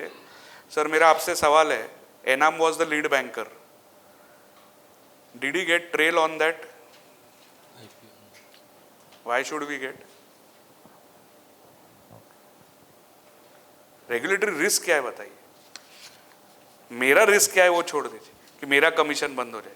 रेगुलेटरी रिस्क क्या है? व्हाई will SEBI stop commissions? They will not. Whether it will go down, it might go down. Fair enough. Index fund इतने आ गए, वो वैसे भी 20 पैसे पे. तो आपका इंडेक्स फंड और एक्टिव में वैसे ही कंपटीशन है. तो from 70, 80, 1%, 1.7 you are already down to 20. लेकिन आप अगर एडवाइजर अल्फा दिखा सकते हो पोर्टफोलियो में, nobody is going to question what commission you are going to get. It is about how much am I delivering extra to the client. उसके लिए research चाहिए. सेबी डज नॉट से आपने अगर स्विच किया स्मॉल कैप से, सेबी नहीं आके बोला था ना 6 महीने पहले we see a froth in small caps. तो if I do a communication with client saying that get out from small cap, that will not amount to advice, that is incidental to my business. आप ही ने बोला froth था तो मैंने switch कर दिया. SEBI says protect the investor, as Sanjay was saying. He don't sell him something which his risk profile is not warranting. That's it. And म्हणून मी I am talking about risk profile because end of the day the audit from SEBI or AMFI is going to come on risk profile. की तुमचं risk profile कसं आहे त्याप्रमाणे product दिलाय का. आणि जर रिस्क प्रमाणे प्रॉडक्ट दिला असेल, नोबडी विल ट्रबल यू. की बिकॉज इट्स अ मार्केट. तुम्ही रिस्क प्रमाणे प्रॉडक्ट दिला पण आता मार्केट 20% खाली, that's fair enough. The customer cannot complain because you have bought it according to the risk profile. So regulatory risk, anybody who wants to tell me what regulatory risk? Regulatory risk जी आपण समजतो ही आपल्याला applicable असते. Except commission discussion. So regulatory risk forget about commission discussion. ह्याच्या व्यतिरिक्त तुम्हाला regulatory risk कुठली वाटते का? स्पेशली द सीझन MFDs जे आहेत खूप वर्षांपासून याच्यामध्ये, ज्यांना माहिती आहे काय होऊ शकतं. तुला प्रश्न कोणी विचारला की हा विचारा, त्यांनाच उभं कर ना. हे एक जनरल परसेप्शन आहे. हे परसेप्शन नाहीये. हा, हे परसेप्शन नाहीये, हे डिस्कशन आहे. हे परसेप्शन नाही. आणि जे चांगली लोक आहेत त्यांनाही तुम्ही वाम मार्गाला लावता या डिस्कशनमुळे. ज्यांना काही घेणं देणं नाहीये सेबीच्या या रेग्युलेशनमुळे, तर तुम्ही उगाच डिस्कस करून त्यांनाही सांगताय अरे कमी होईल ना. त्याचा काही संबंधच नाही त्या माणसाला. ज्या दिवशी कमी होणार आहे त्या दिवसापासून आयुष्य वेगळं होईल ना. त्या दिवशी विचार करू ना. आत्ता कशाला विचार करायचा? ऍक्सिडेंट होईल म्हणून गाडी चालवायचीच नाही का? व्यवस्थित चालू, सीट बेल्ट घालू, ओव्हर स्पीडिंग नको करायला. पण कोणी आलाच मध्ये ऍक्सिडेंट झालं तर ठीक आहे, इन्शुरन्स मधनं घेऊ पैसे. आपल्याला लागलं नाही ना एवढं बघायचं ना. ती काळजी तर घेऊ ना, पण म्हणून गाडीच नाही चालवायची असं थोडीच असतं की सारखं बोलत राहा काय इंडियामधले रस्ते आहेत, मी तर नाही चालवत बाबा गाडी. अरे मग कशाला बोलतोय? तू नाही ना चालवत, बोलू तरी नको. So this regulatory risk is there in our mind only. Yes, because regulatory risk you cannot predict. उद्या आता मी सिम्पल सांगतो, म्युच्युअल फंडचं इन्कम आत्ता आपल्या हातात कॅपिटल गेन म्हणून टॅक्स होतं ॲज इन्व्हेस्टर. उद्या जर सेबीने असा रूल काढला किंवा इन्कम टॅक्सने असा रूल काढला की इन्व्हेस्टरच्या हातात टॅक्स फ्री आणि फंड मॅनेजर जेव्हा घेईल विकेल तेव्हा फंड टॅक्स भरेल, ही मोठी रेग्युलेटरी रिस्क आहे. कारण ते जेवढ्या वेळेला पोर्टफोलिओ चेंज करतील तेवढ्या वेळेला टॅक्स भरायला लागणार आहे. याच्यावरती काय उत्तर आहे? Things not in our control. Control the controllable. What can you control? client's behavior by talking to him frequently, you can control that. What can you control? Not falling for products which are not suitable for the client. That you control. Regulatory माहित नाही तिथे कोण बसणार आहे, तो कुठल्या बाजूला बेडवरनं उठतोय. Trump साहेब रोज एकदा इकडनं उठतात, म्हणतात मी 1 तारखेला, मग इकडनं नाही आता पुढच्या मंगळवारपर्यंत काही नाही, मग परत इकडे आता 2 एप्रिलला काहीतरी करीन. अरे आपल्याला नाही माहिती, रेग्युलेटरी रिस्क नाही माहिती. You can't say. करन्सी 95ला गेली तर रेग्युलेटरी रिस्क किती मोठी आहे. युअर फॉरेक्स विल इरोड आणि तेव्हा इन्कम टॅक्स वर जाऊ शकतो. We never know. So we should हे डिस्कशन बंद करा. आणि हे डिस्कशन RM बरोबर तर बिलकुल करू नका, कारण AMC RMला तर अजिबात माहिती नसते याच्यात. तो कुठेतरी बंदूक घेऊन हवेत गोळीबार करत असतो. काही याचा संबंध नाही. क्या लगताय तुमको, क्या लगताय म्हणजे माहित नाही ना त्याला. बोलूच नका, ह्याचा काही संबंध नाही. ज्या दिवशी येईल त्या दिवशी आजपासून आयुष्य बदललं. हार्ट अटॅक आल्यावर उद्यापासून मला रोज सकाळी वॉकला जायला लागणार. खतम. हार्ट अटॅक येईपर्यंत नाही जायचं वॉकला, आणि मग हार्ट अटॅक आल्यावर वॉकला जायचं. ते त्या दिवशी बघू ना, आज कशाला. आणि त्याचबरोबर फिनटेक कंपन्यांचं जे सगळीकडे हे आहे, फिनटेक कंपन्या आपल्यासाठी ब्लेसिंग इन डिस्गाईज आहे. ते सगळं KYC करून देतात क्लायंटचं आपल्याला. असं नाही वाटत का तुम्हाला? हा नाही, पण एक अजून, जसं आता तुम्ही मेक माय ट्रिपचं उदाहरण दिलं, त्याच्या आधीचा तिकीट करणारा एजंट कालबाह्य झाला असावा किंवा ज्यांनी काही नवीन केलं असेल, पण अशी परिस्थिती MFDंच्या समोर येऊन उद्भवू शकते का पुढे? आणि त्याच्यावर तुम्ही काही सांगू इच्छिता? नाही, हे बघा, कारण तिथे टेक्नॉलॉजी आली आणि तो कालबाह्य झाला. पण मग टेक्नॉलॉजी आपल्याला मिळत नाही का? आपल्याला पैसे नाही खर्च करायचे. हां, टेक्नॉलॉजी आहे की available. Buy versus build 2 option available आहेत. Either build it in house or you buy or rent it from somebody. करतंय का कोणी? त्यातही मी कुठल्या तरी AMCला सांगणार, ते IFA एक्सप्रेस आहे ना हो तुमचं सबस्क्रिप्शन, ते द्या ना मला जरा. का बरं? तुम्हाला रिसर्च करायचं आहे, तुम्ही घ्या की सबस्क्रिप्शन. सगळंच दुसऱ्यांच्या खांद्यावर का? रेड विजन, इन्व्हेस्टवेल, ट्रेल मॉडेल समजलं त्यांना, पण ते पण ट्रेलमध्ये आले. पण ते किती पैसे घेत आहे? तो 0.0001 तेवढं नाही का द्यायचं त्याला? बरं, तुम्हाला टेक्नॉलॉजी म्हणजे काय लागतं? ऑर्डर पंचिंग मेकॅनिझम तर NSE कडनं फ्रीच आहे. पोर्टफोलिओ व्ह्यूवर एकच गोष्ट लागते. ते पोर्टफोलिओ व्ह्यूवरला किती पैसे द्यावे लागतात? एक माणसाचा पगार जेवढा महिना असतो तेवढंच पगार त्याला द्यायला लागतो ना. मग टेक्नॉलॉजीमध्ये अजून काय पाहिजे? टेक्नॉलॉजीमध्ये काय चेंज येतोय मी सांगतो. जेव्हा तुम्ही कुठल्याही लोन कंपनीला तुमचं पॅन कार्ड पाठवता, आधार पाठवता. आता माझं उदाहरण घ्या. सपोज मी कुठल्या लोन कंपनीला माझं पॅन पाठवलं, तर माझ्या पॅनमध्ये चष्मा आहे फोटोमध्ये. तो गेला ना, तर बजाज फायनान्स काय करतंय, चष्मा दिसला पॅनवरती तर तो डेटा बाजूला काढून तो लेन्स कार्डला देतोय आणि त्यांना सांगते की पुढच्या वेळेला तुमची नवीन फ्रेम येईल तेव्हा आमचे हे लोक चष्मावाले आहेत, त्यांना तुम्ही ते डायरेक्ट करा आणि मग त्यांना चष्मा घ्यायला लोन आम्ही देऊ. That is what is happening in technology. आपण फार ग्राउंडचा विचार करतोय. हे तर बेसिक आहे. हे तुमच्याकडे नसेल तर अजून क्लायंट कसे आहेत तुमच्याकडे, हेच आश्चर्य आहे. हेच आम्हाला माहीत करून घ्यायचं होतं तुमच्याकडे. तर you have to be 1 step ahead. Technology is at a very different level because of account aggregator and because of AI. PIFAमध्ये कोण आलं होतं पुण्याला आत्ता, तेव्हा संदीप जैननी प्रेझेंट केलं होतं, if you remember, Bajaj finance. तुम्ही पण होतात. काय प्रेझेंटेशन होतं त्याचं? 12 तास काम करतात लोक, करेक्ट. आणि त्यांनी नाव बदललं की आम्हाला बजाज फायनान्सचं बजाज फिन AI कंपनी करायची त्याची in the next 5 years. That is the real risk. They will know everything about us. आपला कस्टमरच नाही, कस्टमरचा प्रेफरन्स पण त्यांना कळेल. That is the real risk. So if we don't up our game. US मध्ये 5च मोठे लोक आहेत, UK मध्ये 5च मोठे लोक आहेत. Fidelity funds network, Charles Schwab, Merrill Lynch अशी लोक आहेत आणि बाकी सगळे MFD त्यांचे सबब्रोकर आहेत. This model in 20 years will come here.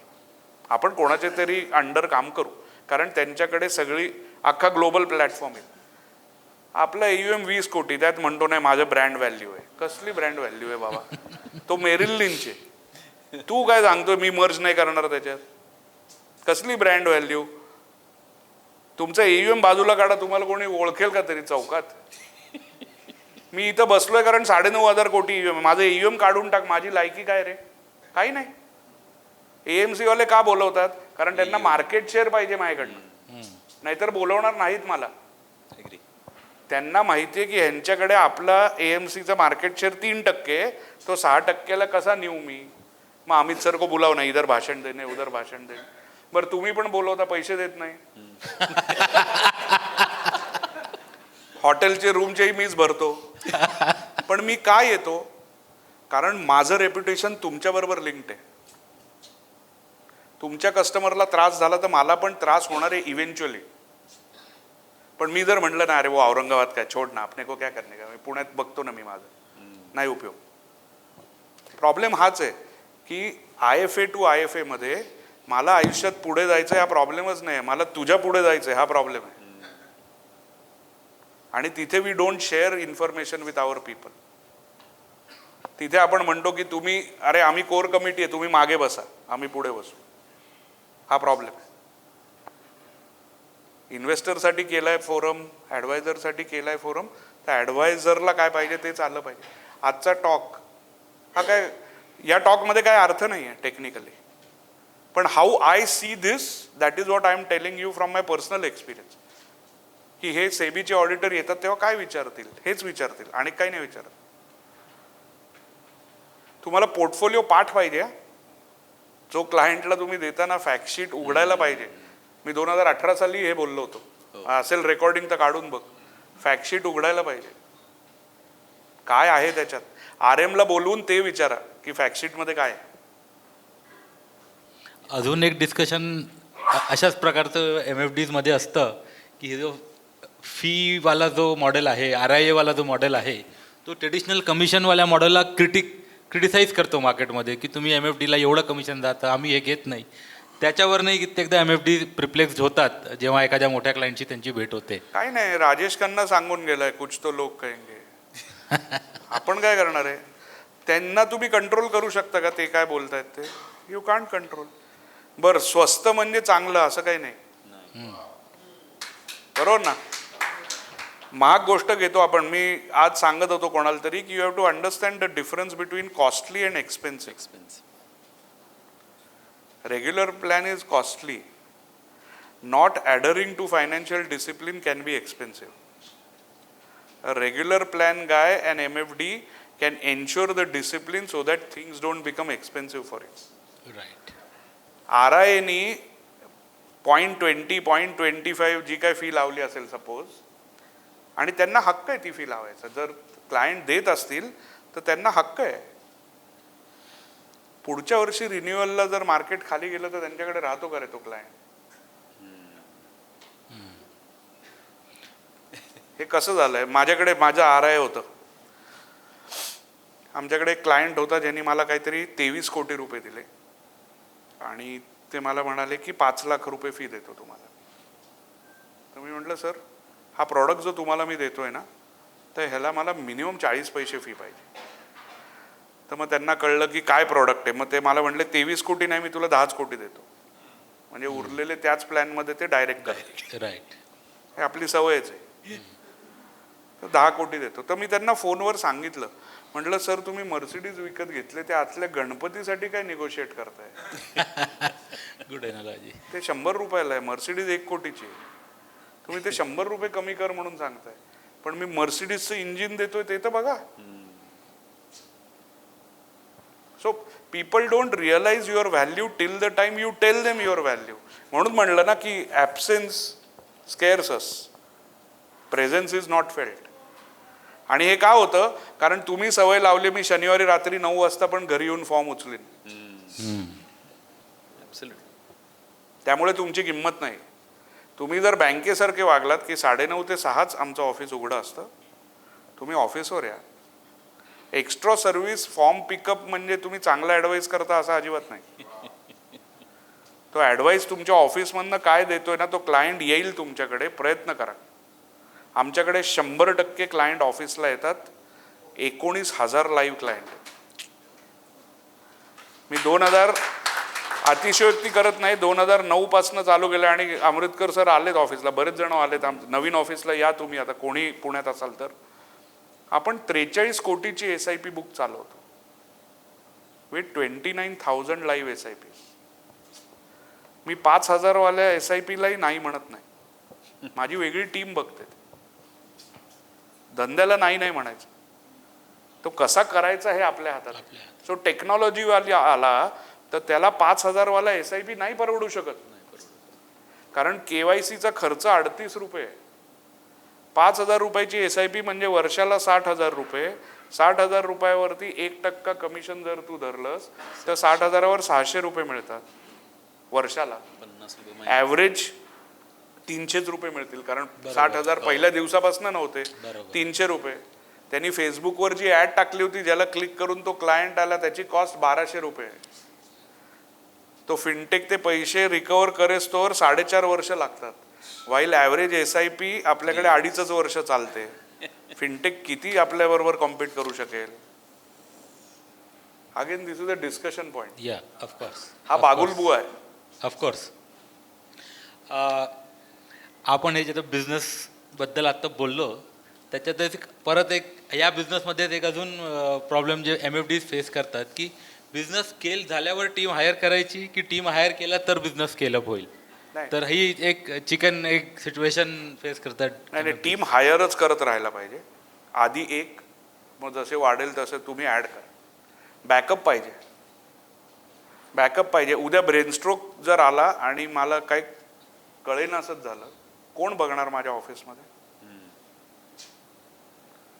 मी जर बाहेर असेल, माझा फोन लागत नाहीये, कोणतरी पाहिजे ना बॅकअप. टीम हायर करायला पाहिजे आणि चांगली लोक हायर करायला पाहिजे आणि चांगले पैसे देऊन हायर केलं पाहिजे, तरच क्लायंट टिकेल आपल्याकडे. तो वाव फॅक्टर जो आहे ना, the distinguishing factor is that service, and that service has to be absolutely delight, nothing else. So team, तुम्ही मगाशी म्हणलात तसं की if you throw the peanuts you will get the monkeys. Yes. आमच्याकडे हा एक मोठा मेंटल ब्लॉक आहे की मी मला कमीत कमी जितका माणूस मिळेल तितकं माझ्यासाठी चांगलं. पण आउटपुट तसंच येणार ना, मग जसं हायर करू तसंच आउटपुट. सो अगेन, जे एकटे काम करतायत किंवा find out the right people, find out the right person for you. आणि ह्याच्यात हिट्स अँड मिस होणार आहेत. हायर करताना पहिल्यांदा हायर केलेला माणूसच करेक्ट मिळेल असं अजिबात नाही. 2-3 वेळेला तो सोडून जाईल, मग चांगला माणूस मिळेल, पण ते करायला पाहिजे. सो हा अजून एक मेंटल ब्लॉक आहे की मी घेतलं की ते सोडून जातं. हा, जाऊ देत की, काहीच प्रश्न नाही. So this should be the ongoing process for us. This is part of your life. माणूस आला तर सोडूनच जाणार. 1,000 रुपयासाठी ड्रायव्हर नाही का नोकरी बदलत, त्यावेळेला त्रास होतो का? इथे एवढ्या बायका बसल्यात, माझी बायको डॉक्टर आहे. बाई जर सोडून गेली तर सर्वात जास्त वर्ल्ड वॉर असतं घरात आमच्या. आणि मग ती म्हणते तू मार्केट बिर्केट काय सांगू नको मला, बाई गेली आज. म्हटलं ओके, ॲब्सेन्स आणि प्रेझेन्स दॅट स्केअर्स अस. तर रोज जर ड्रायव्हर असेल तर गाडी क्लीन होते ना, तोपर्यंत त्या ड्रायव्हरची किंमत नाही. तो आला नाही आणि जर खराब असेल गाडी आणि तुम्हाला जर 5 स्टार हॉटेलमध्ये जायचं असेल आणि जर स्वतः साफ करायला लागली तर मग आपण फोन करतो, काय रे तुला ॲडव्हान्स पाहिजे, ये परत.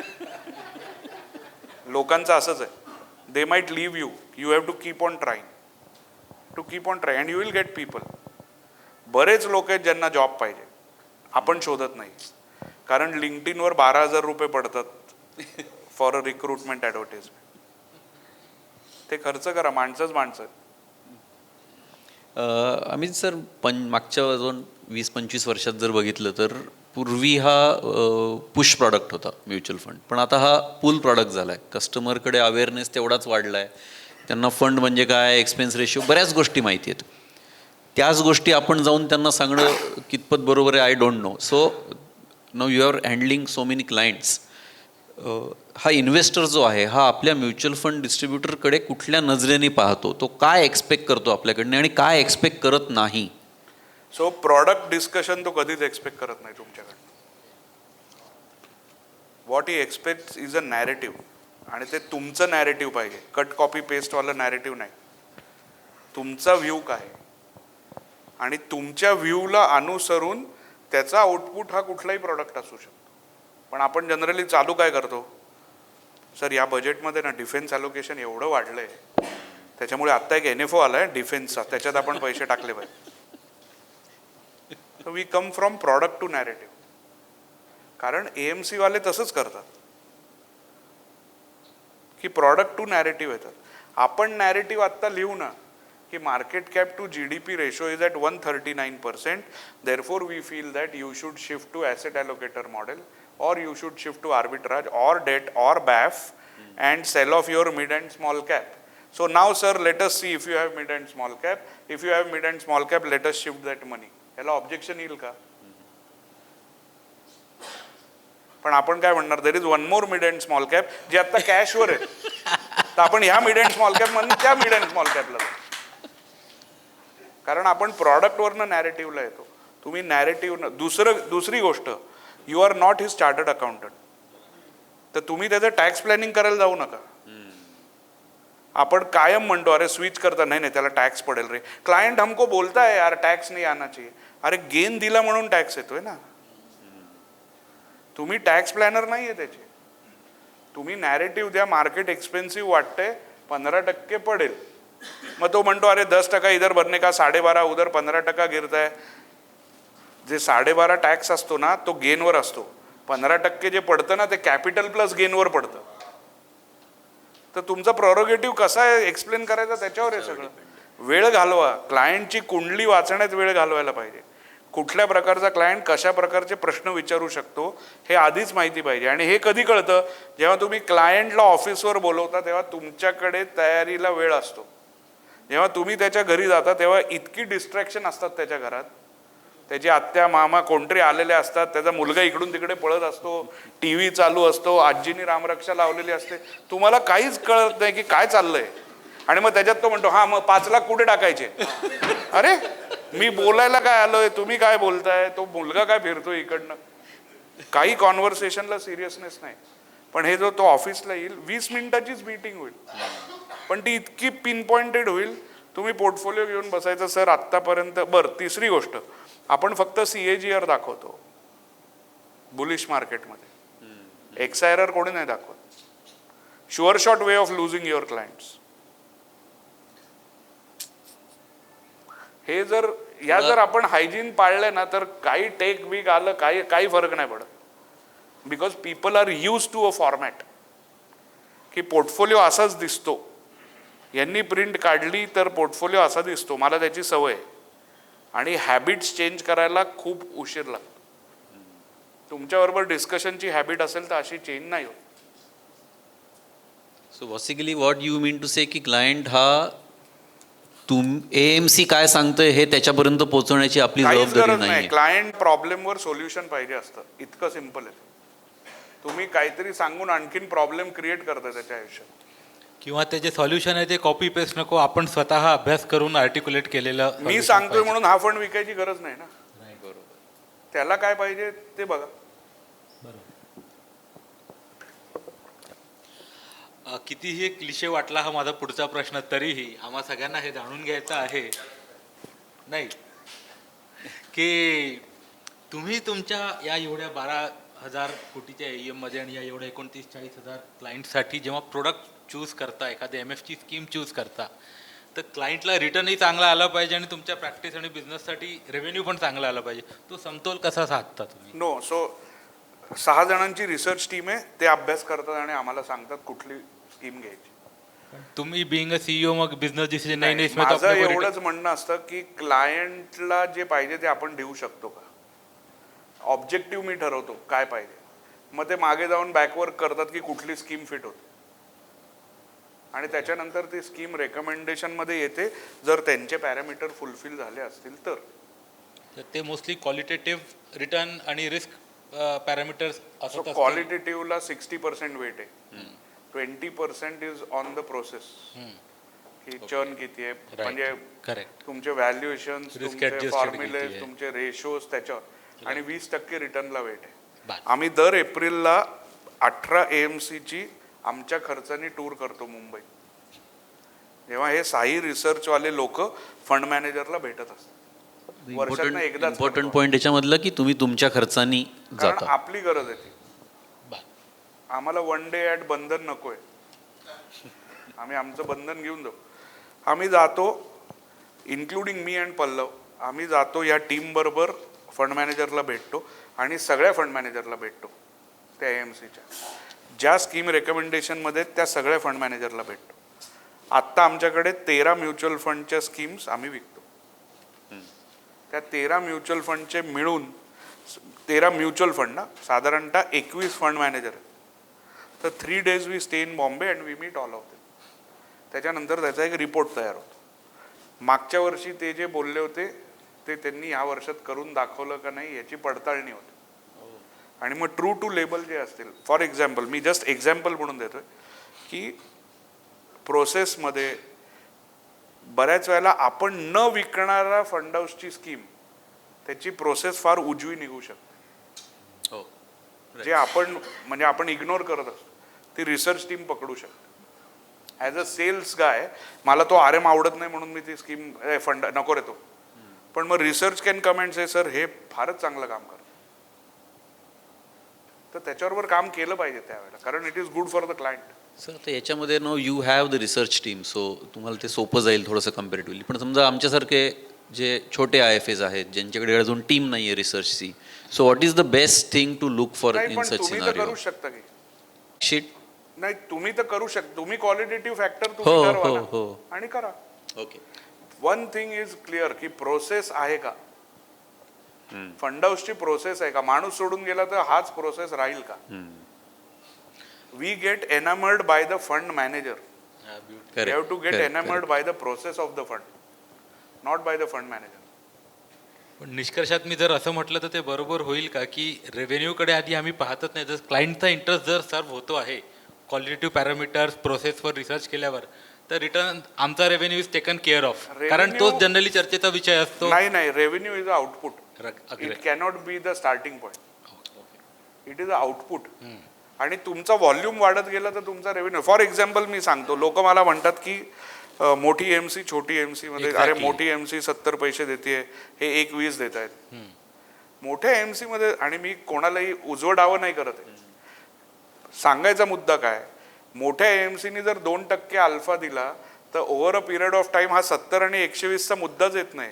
कारण तिथे तुमचा AUM एवढा वाढतो की तुमचा ट्रेल ऑटोमॅटिकली ह्याच्या पुढे गेलेला असतो. पण आपली व्हिजनच मायोपिक आहे. आपल्याला वाटतं मोठी लोक इकडे येऊन काहीतरी सांगून गेले की ते बरोबर आहे. स्वतःचा अभ्यास प्रोसेस आहे ना. फॉर एक्झाम्पल फ्रँकलिन टेम्पल्टन मध्ये रोशी जैन गेली HDFCला आणि she runs the HDFC flexi cap fund. गेले 8 महिने ती 10% कॅश चालवते आणि 6 महिने लोकांनी तिला हैराण केलं होतं की तुम्ही कॅश काय मार्केटवर जाते, कॅश का ठेवली, कॅश का ठेवली. आत्ता कोणी विचारत नाही. आत्ता सगळे मॅडम अच्छा हुआ आपने कॅश. ती प्रोसेस आहे ना. That fund manager had the guts to go against the market and keep that cash. ते कधीतरी बरोबर येईल, पण तो पेशन्स द्यायला पाहिजे ना. आपल्याकडे पेशन्स नाही. आपलं पेशन्स 30 सेकंद आहे. Instagram reel 30 second. तो प्रॉब्लेम आहे. Now coming back to your some individual or personalized questions. You have a lot of AUM, you manage, your team manages. पण जर मी तुम्हाला विचारलं अमित बिवलकरचं ॲसेट ॲलोकेशन आणि product mix, so if you mind. Yes. माझं 90% date आहे गेल्या जून पासून. 90% is Debt. Completely date. आणि मी जून मध्ये एक इंटरव्ह्यू दिला तर तेव्हा पण सांगितलं होतं की I am going to debt. Duration accrual अशी काही नाही, स्ट्रॅटेजी? मी बॉन्ड्स मध्ये इन्व्हेस्ट केले. 2 year bond. Direct bonds. 10% bond मिळाले 2 वर्षाचे, मी त्याच्यात इन्व्हेस्ट केले. मार्केट कॅप GDP रेशो दाखवत होता ना 3 वर्षात रिटर्न नाही येणार. मग I should follow what I am preaching. कस्टमरचे 90% डेट नाही, customer 55-45. Okay, so still you 55, almost 45 implemented that yes. to your clients. पण इंडिव्हिज्युअल पोर्टफोलिओ, कारण माझा धंदा आणि माझं इन्कम दोन्ही इक्विटी मार्केटवर अवलंबून आहे. बरोबर. तर राईट. मी माझा पोर्टफोलिओ तरी सेव्ह केला पाहिजे ना. म्हणून 90-10. आणि प्रोडक्ट मिक्स नाही डेट बॉन्ड्स आहेत 90%. उरलेले 10% तुम्हाला आवडेल ते कारण त्याचा काय अल्फाच येणार नाही. बरं जेव्हा अमित बिवलकर कामासाठी ट्रॅव्हल नाही करत आहे, वेकेशनवर आहे, त्याच्याशिवाय सेपियनच्या ऑफिसमध्ये अमित बिवलकरचा सकाळपासून संध्याकाळचा दिवस कसा असतो तो सांगेल. प्लीज कमवा. आम्हाला 1 मिनिट वेळ मिळत नाही आणि मी रोजचं काम बघत नाही. माझ्या नवीन ऑफिसमध्ये मी पियानो विकत घेतलाय.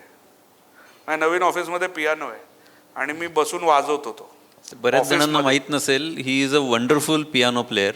मी बसून वाजवतो. तर एकदा एक कस्टमर आला होता corporate. Is it really a piano or a keyboard? No, it's a piano. Wow. It's a piano. एक CFO आले होते आत्ता आणि ते मला म्हणले, अरे काय तू पियानो वगैरे. म्हटलं मार्केटच्या नॉईज पेक्षा सुमधुर गाणी आहे आणि माझ्या कंट्रोलमध्ये. So it is a very good stress buster. आमचं ओपन ऑफिस आहे. Chandrashekhar is 16-18 years of experience. He doesn't have a cabin. It's an open office. माझ्या केबिनमध्ये there is one more table जिथे कोणी CEO आले तर बसायला जागा पाहिजे म्हणून. I make it a point at 6 o'clock I pick up my bag and go home. And you can check with him. मी 5:55 तयारी करतो लाईक अ नॉर्मल एम्प्लॉई की 6 वाजता मला खालती गाडीत बसून घरी जायचं. जे काम 9:30 ते 6 होऊ शकत नाही ते 6 ते 7 मध्ये अजिबात होऊ शकत. You have to plan your day. 6 वाजता मी घरी असतो. So you start the day by 9:30. 9:30. How much time in a day you might spend for reading the business in a day development? असं माहित नाही पण आठवड्याला मी एक 4-5 तास तरी मिनिमम वाचतो.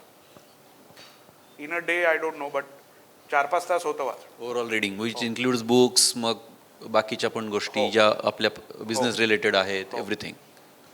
Wonderful wonderful. मगाशी तुम्ही SIF बद्दल उल्लेख केला की आपल्याला का गरज आहे त्याची. बऱ्याच डिस्ट्रीब्युटर्सचं असं म्हणणं आहे की जर मी नाही विकला तर कोणीतरी येऊन त्यांना विकून नाही, जाईल. त्याच्यातले रिस्क कळेपर्यंत त्याच्यातला लॉस कळेल. पण मार्केट शॉर्ट करणं म्हणजे यू आर सेईंग की माझा व्ह्यू असा आहे ना, मग तो जर व्ह्यू असेल तर तुम्ही इक्विटी कमी करायला पाहिजे. ते करणार आहात का? बरोबर. बाकीच्या AMचं काय करणार? 20% शॉर्ट करायचं, मग 20% इक्विटी विकणार आहे का एक्झिस्टिंग पोर्टफोलिओ? मग ते वेगळा व्ह्यू झाला ना तुमचा. तर लोकांना जे करायचं ते करू दे. तिकडे ठेच काढले की आपल्याकडे येतील परत. पण त्याच्यासाठी आपल्याकडे ती कन्व्हिक्शन पाहिजे की नाही, हा SIF प्रॉडक्ट हा मला माझ्या कळायला पाहिजे की मला हे का नाही करायचं. मला कळत नाही म्हणून करू नका असं नाही. बरोबर. युलिप का विकायची नाहीये ह्याचं रिझनिंग द्यायला पाहिजे ना. का युलिप नाही करायची? युलिप बुरा आहे असं सांगून उपयोग नाही. तसं प्रॉडक्ट कळल्याशिवाय अजून प्रॉडक्टचं कोणाचं काय डॉक्युमेंट नाही आलं, काही काहीच नाही नाही. आलं, ते कळल्यावर मग ठरवू करायचं का नाही. बरं आता आपण एक थोडासा वेगळं वळण देऊया आजच्या कार्यक्रमाला ना. आपण TV शोजवर पाहतो तसा एक रॅपिड फायर राऊंड आपण करणार आहोत. आणि या रॅपिड फायर राऊंडचा नियम मी परत एकदा सांगून देतो, सगळ्यांना माहीत असला की प्रश्न फास्ट असतील, जलद उत्तर द्यायचं आहे, जास्ती विचार करायचा नाही आणि एकदम दिल से आन्सर पण करणे. हॅम्पर काय? हॅम्पर आहे ना, ते कोर कमिटी कार्ड ठरवणार आहे, मला काही सांगितलं नाही. चेक काय असणार आहे मला कोणी सांगितलं नाही आज. हां बरं ठीक आहे, सुरू करायचं. जर म्युच्युअल फंड डिस्ट्रीब्युशन नसतं केलं तर अमित बिवलकरांनी काय करिअर केलं असतं? ऑर्केस्ट्रामध्ये गेलो. ऑर्केस्ट्रा. Wonderful wonderful. तुमच्या पर्सनल पोर्टफोलिओसाठी ॲक्च्युली दिलंय उत्तर, पण तरी विचारतो, तुमच्या पर्सनल पोर्टफोलिओमध्ये म्युच्युअल फंड का डायरेक्ट स्टॉक्स? नाही, सगळं आहे, सगळं. बरं आपण आता पियानोबद्दल बोललो. फेवरेट म्युझिक डिरेक्टर कोण आहे तुमचं? मदन मोहन. वंडरफुल. पुस्तक आवडतात का डॉक्युमेंटरीज ज्या नेटफ्लिक्सवर किंवा याच्यावर अवेलेबल आणि असतात? खूप. मी एकदा नेटफ्लिक्सचं काही आवडलं की मी 8-8 तास ते संपवल्याशिवाय उठत नाही. But if given choice, books or documentaries? Both. Okay. Fiction, non fiction? Non fiction. आपल्याला फिक्शन रोज 9:30 ते 3:30 असतं. बरं आवडतं पुस्तक जर एखादं नाव सांगायचं, 1-2 नावं सांगायचे झाले तर? नाही, power 48 laws of power is very big book. Robert Greene. आणि मी खरंच सांगतो, 2 पुस्तकं जी लोकांना वाटतं की हे स्टेजवरनं सांगण्यासारखं असतं, पण दासबोध आणि गुरुचरित्र ही 2 पुस्तकं आहेत, ती जर वाचली तर बाकी काय वाचण्याची गरज नाही. दासबोधामधलं एक तर नक्की वाचा, मूर्खांची लक्षणं. ते आपल्याला रोज आजूबाजूला दिसतात, तर ते कंपल्सरी आहे वाचणं. बरं. फेवरेट ऑथर तो रॉबर्ट ग्रीनीज की अजून कोणी? नाही, असं मी I am not a guy Author की मी person. असं फ्रीडमनला फॉलो करतो किंवा असं वगैरे काही असं नाही. काही? ओके. जे चांगलं असेल ते वाचतो. What, according to you, is the most disruptive trend you see in our industry? Disruptive trend in our industry. Disruptive in what? I think AI. Plus minus AI मी जे म्हटलं ना की how account aggregator and AI that is going to be a disruptor. Okay. biggest concern for our industry from the future point of view? Not reading. MFD is not reading and okay. Marathi खूप अभिजात भाषा असली ना, मराठी फार मस्त भाषा आहे. वाचाल तर वाचाल हे खरंच आहे. Absolutely. Absolutely. If you would like to change one thing about this mutual fund industry overall, what it would be? नाही, ते मला पर्सनली वाटतं की we are far loosely connected to the real world. Okay. प्रत्येकाला on the job training द्यायला पाहिजे की actual dealing कसं होतं, फंड मॅनेजर का डिसिजन घेतो, साईट व्हिजिट, कंपनी व्हिजिट हे व्हायला पाहिजे. For MFDs or for for MFDs जो Okay. माणूस त्या धंद्यात आहे त्याला ते कळाय. तुम्हाला एवढंच एक करायला पाहिजे की मी आज Small, दिवसभर small 9:30 ते 6 बसलो, याचा काय उपयोग झाला का नाही झाला. सो कोणाच्या पुढे जाण्यात काय, output is your revenue, AUM is of client. Who do you look up to as a role तो model? ऋतिक रोशन सांगून गेलाय, खाली हात आएंगे और खाली हात जाएंगे. आपलं काही नाही. So one skill every MFD needs to master. Excel. Microsoft Excel. Excel. Excel in every of your works. Internet नसेल, तुमच्याकडे लॅपटॉप आहे आणि तुम्ही पोर्टफोलिओ क्लायंटचा बघू नाही शकलात आणि तो म्हणला 5 लाख रुपये मला 20 वर्षानंतर पाहिजे, तर किती येईल रे याचं इन्फ्लेशनवरने, कसं काढणार? करता आलं पाहिजे. What is the most important value that you try to instill in your team at Sapient? Integrity. Integrity. The most important value. तुम्ही खोटं नाही बोलू. मला खोटं बोलणाऱ्यांचा फार राग येतो. तुम्ही सरळ बोला जे काय असेल ते. एकच सांगतो, ॲडवायझर क्लायंटच्या समोर सच्चा ॲडवायझर चाहिए की अच्छा ॲडवायझर चाहिए, आणि तसंच टीममध्ये पाहिजे. चूक झाली हात वर करून पहिले सांगायला पाहिजे चूक झाली. पहिलं ॲक्नॉलेजिंग द प्रॉब्लेम, मग सोल्युशन. आपण जितकं लपवत जातो तितकं ते ग्रेव्ह मिस्टेक होते. आणि ती एक SIP बाउन्स आपण सांगितलं नाही किंवा चेंज ऑफ बँक न झालेलं आपण हायलाईट केलं नाही, that guy can be a CFO of a big corporate ज्याचे 200 कोटी मी मॅनेज करत असतो. One small mistake can trigger a lot of problems. खोटं नाही बोला, चूक झाली होऊच शकते, माणूस आहे. You can just put your hand and say sir आज हे ब्लंडर झालंय, मला मदत पाहिजे कोणाची तरी सॉल्व्ह करायला. Mistakes are allowed. Reputational risk जर आली तर माझ्यासारखा वाईट माणूस नाही. रेप्युटेशनला धक्का नाही लागता कामा. 16 वर्षाच्या करिअरमध्ये एकही म्युच्युअल फंड वाल्याकडनं ना जेवण घेतलं ना दारू घेतली आम्ही. कारण कोणाचंही मिंद नाही राहायचंय आपण. ज्या वेळेला कुठल्याही रिजनल हेडला इकडे येईल तेव्हा त्याला विचारा, तो जर माझ्या ऑफिसला आला तर जेवायला त्याला नेलं तर आम्हीच बिल भरलं. नेवर. आपण धंदा करतो त्याचं ब्रोकरेज ते आपल्याला देतात, त्याच्यावरती त्यांच्याकडनं आपल्याला काही नको. फॉरेन ट्रिप्स जेव्हा होत्या they were part of the brokerage. Right. They were not something extra. They were in the TER. And final question, क्या लगता है मार्केट?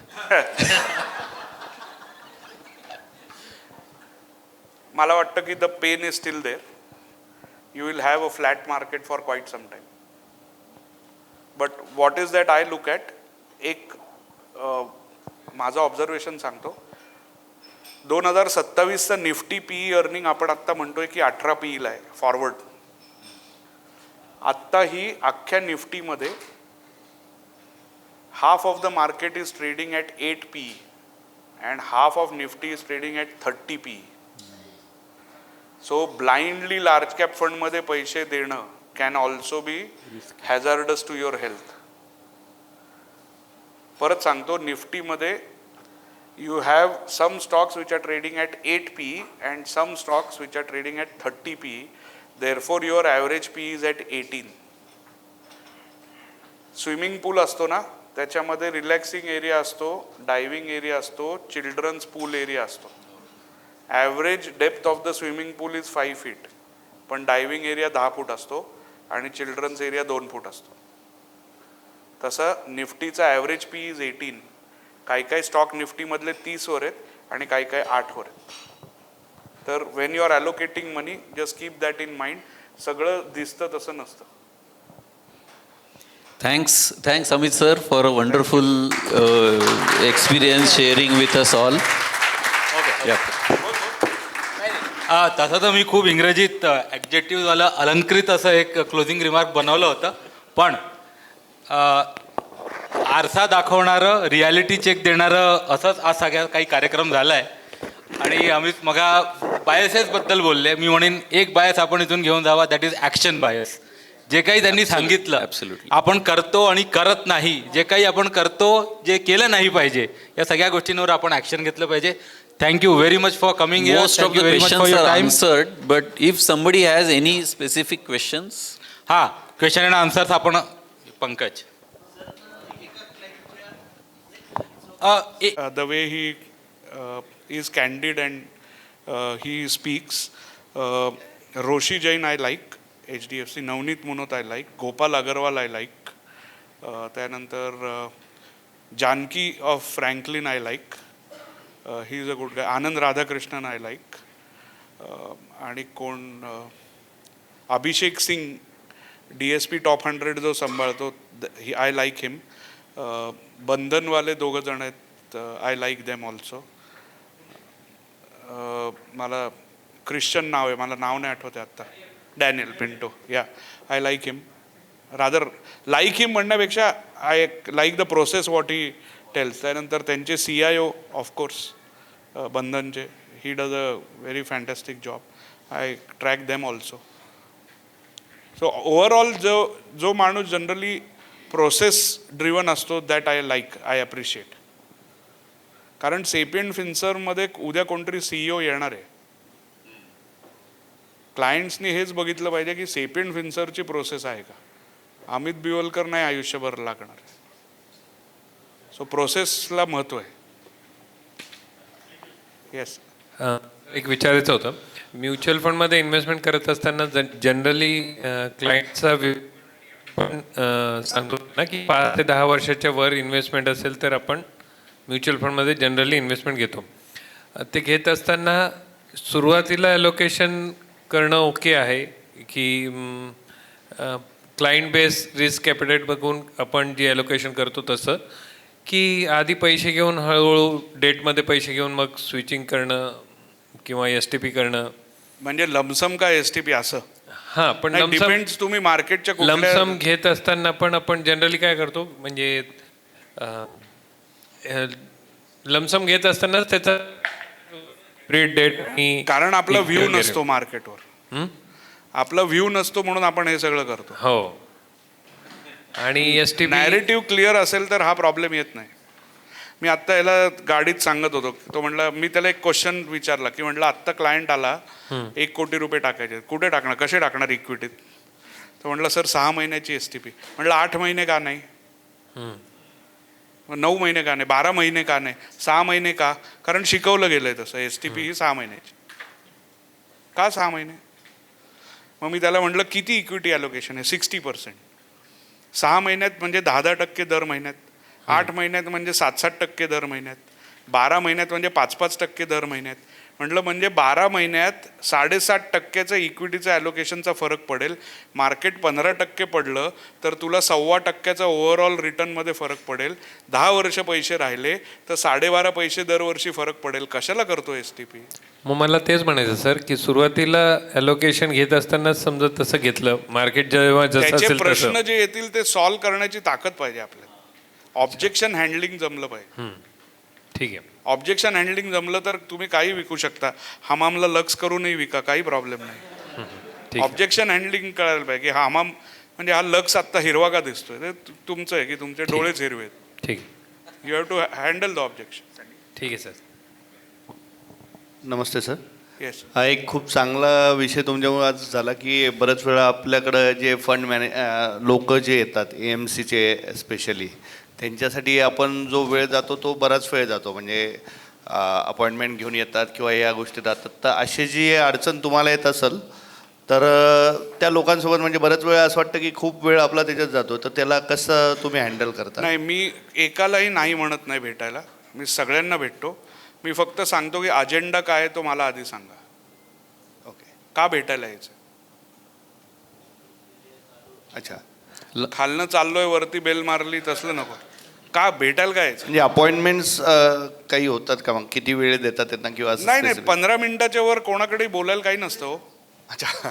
15 मिनिटं, कारण आमची कॉफी यायला 5 मिनिटं लागतात, नाही तर 10 मिनिटं. लास्ट 2 आणि क्वेश्चन्स. एक सर अजून एक विचारायचं आहे की आता आपण जसं पाहतोय की प्रॉडक्ट रेंज बरीच लोक वाढवतात. म्हणजे आता मी म्युच्युअल फंडमध्ये पण आहे आणि हेल्थमध्ये पण आहे. तर अशा सेगमेंट वाईज मग आपण म्हणजे त्याला कसं जस्टिफाय करायला पाहिजे की कुठं म्हणजे एखादा प्रॉडक्ट. सिंपल क्वेश्चन विचारतो. हां. केअर हेल्थचं लिक्विडिटी आणि सोल्युबिलिटी ह्याच्यावरती अभ्यास केलाय का? नाही सर. आपण काय विकतोय ना ह्याच्या मागे अभ्यास करायला पाहिजे सर. प्रॉडक्ट स्कीम खूप येतील. पिअर टू पिअर किती जण विकत होते इथे? मॅक्सिमम बरेच लोक. मी किती ठिकाणी जाऊन बोललो होतो पिअर टू पिअर करू नका, पण तेव्हा 3.5% मिळत होते. इट फॉल ऑन डेफ इयर्स ना. आपल्याला गरज आहे का त्या प्रॉडक्टची, त्या स्कीमची? ते क्लायंटला गरज आहे का तेवढं बघा. आणि ते क्लायंटला गरज असेल म्हणजे आपल्या घरातही कोणाला तरी गरज असेल. मग ते घरात विकणार का आपण? ते घरात जर विकणार तर बाहेर पण विकणार.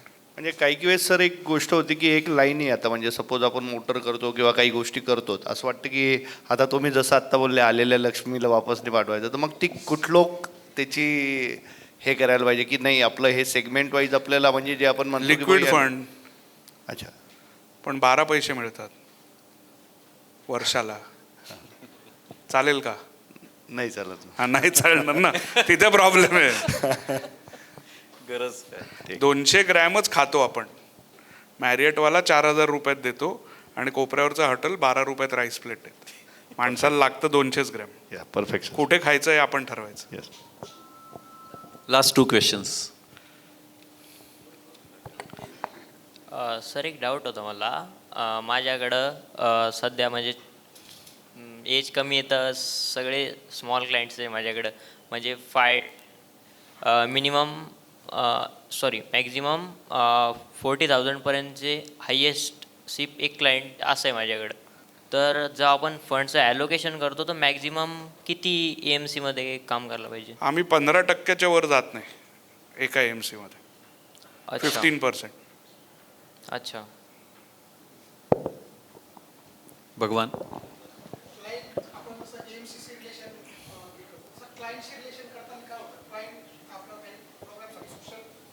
बोलावता तर त्याचं कुठं म्हणजे असं एक फेर असतं की त्याच्याशी आपण आता क्लायंट आपला आहे त्याचे काही पर्सनल प्रोग्राम असतात तिथे जाण्या येण्याचं प्रमाण फार फ्रिक्वेंटली वाढतं आपलं जसं क्लायंट वाढत जातं. म्हणजे कशा? मला कळलं नाही प्रश्न. बर्थडे असेल, लग्न असेल किंवा त्याचं काही सुखदुःख असेल तर ते कसं मॅनेज करायचं ते? नाही, मी नाही जात सर बर्थडेला कोणाच्याही घरी. नाही म्हणजे इन्व्हिटेशन येतात ना लोकांचे. नाही, मला इन्व्हाइट पण नाही करत ते, खरंच सांगतो. Birthday is very personal. नाही होतात ते असं म्हणजे जसं आपण RMC जास्त वेळ जात तसं तिथे मी जास्त वेळ जातो. मला तरी नाही आला हा प्रॉब्लेम, पण मला आला असा प्रॉब्लेम तर तुमच्याकडनं टिप्स घेईन कसं हँडल करायचं. नमस्कार. आपण सगळेच MFD मागच्या 6-7 महिन्यापासून ज्या गोंधळात आहोत मार्केट रिलेटेड, आणि आपल्या क्लायंट्सची उत्तरं देता देता आपल्यालाही खूपच प्रश्न पडलेले आहेत. या सगळ्या प्रश्नांचं उत्तर आज आपल्याला मिळालेलं आहे. आणि ॲज MFD आपण कसं नेमकं सावरायचं, काय फॉलो करायचं, हे फार सरळ आणि नेमक्या शब्दात आपल्याला बिवलकर सरांनी सांगितलेलं आहे. या सेशनला आपण नेहमी गुरु स्पीक म्हणतो, पण आज मला असं आग्रहाने म्हणावं असं वाटतं की हे गुरु स्पीक नव्हतं, हा गुरु मंत्र होता. आणि तो प्रत्येकाच्या कानात रुजला आहे आणि मनापर्यंत पोचलेला आहे. आणि खरंच ॲज MFD आपण काय चुका करायच्या नाही आहोत. नेमकं बिझनेस करायचं म्हणजे मला तर असं वाटतं आज इथं आल्यानंतर सरांचं हे सेशन ऐकल्यानंतर असं वाटतं मला की परत आपण खरंच रांगत रांगत बालवाडीत जायला पाहिजे आणि खरंच आपलं अक्षर सुधारण्यापासून ब कड कसं नेमकं गिरवायचं हे खरंच आपल्याला आज न लाजता शिकलं पाहिजे. असं हे सरांचं सेशन झालेलं आहे. सर खूप खूप आभार. म्हणजे मागचं तुमचं सेशन पण आम्हाला आठवतं आहे, पण आजचं म्हणजे आय ओपनिंग सेशन झालं.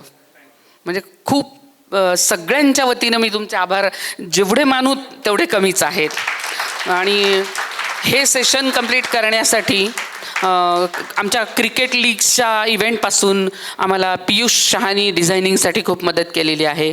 आज इंटरव्ह्यू घेताना चारू दत्त सर तुमची खूप मदत झालेली आहे. आणि हा कार्यक्रम आयोजित करताना हा सफलतेकडे नेताना आमचे कोर कमिटी मेंबर्स जे आहेत त्याच्यामध्ये मी स्पेशली नाव घेईन Dinesh, Rahul, Sanjay, Vaishali, Pankaj, Mani sir, Kaustubh, Sandeep, Ram sir, Amritkar sir, आमचे पहिले अध्यक्ष पुन्हा केतन, या सगळ्यांचे मी आभार मानते. आणि उद्याच्या महिला दिनासाठी सगळ्या महिलांना शुभेच्छा देते. आणि आज उपस्थित असलेल्या सगळ्या MFDsचं सुद्धा मी आभारी आहे. आणि खरोखर आज एक मिनिट आपण वसूल केलेला आहे असं सगळ्यांचंच मत नक्कीच असणार आहे. So thank you all of you.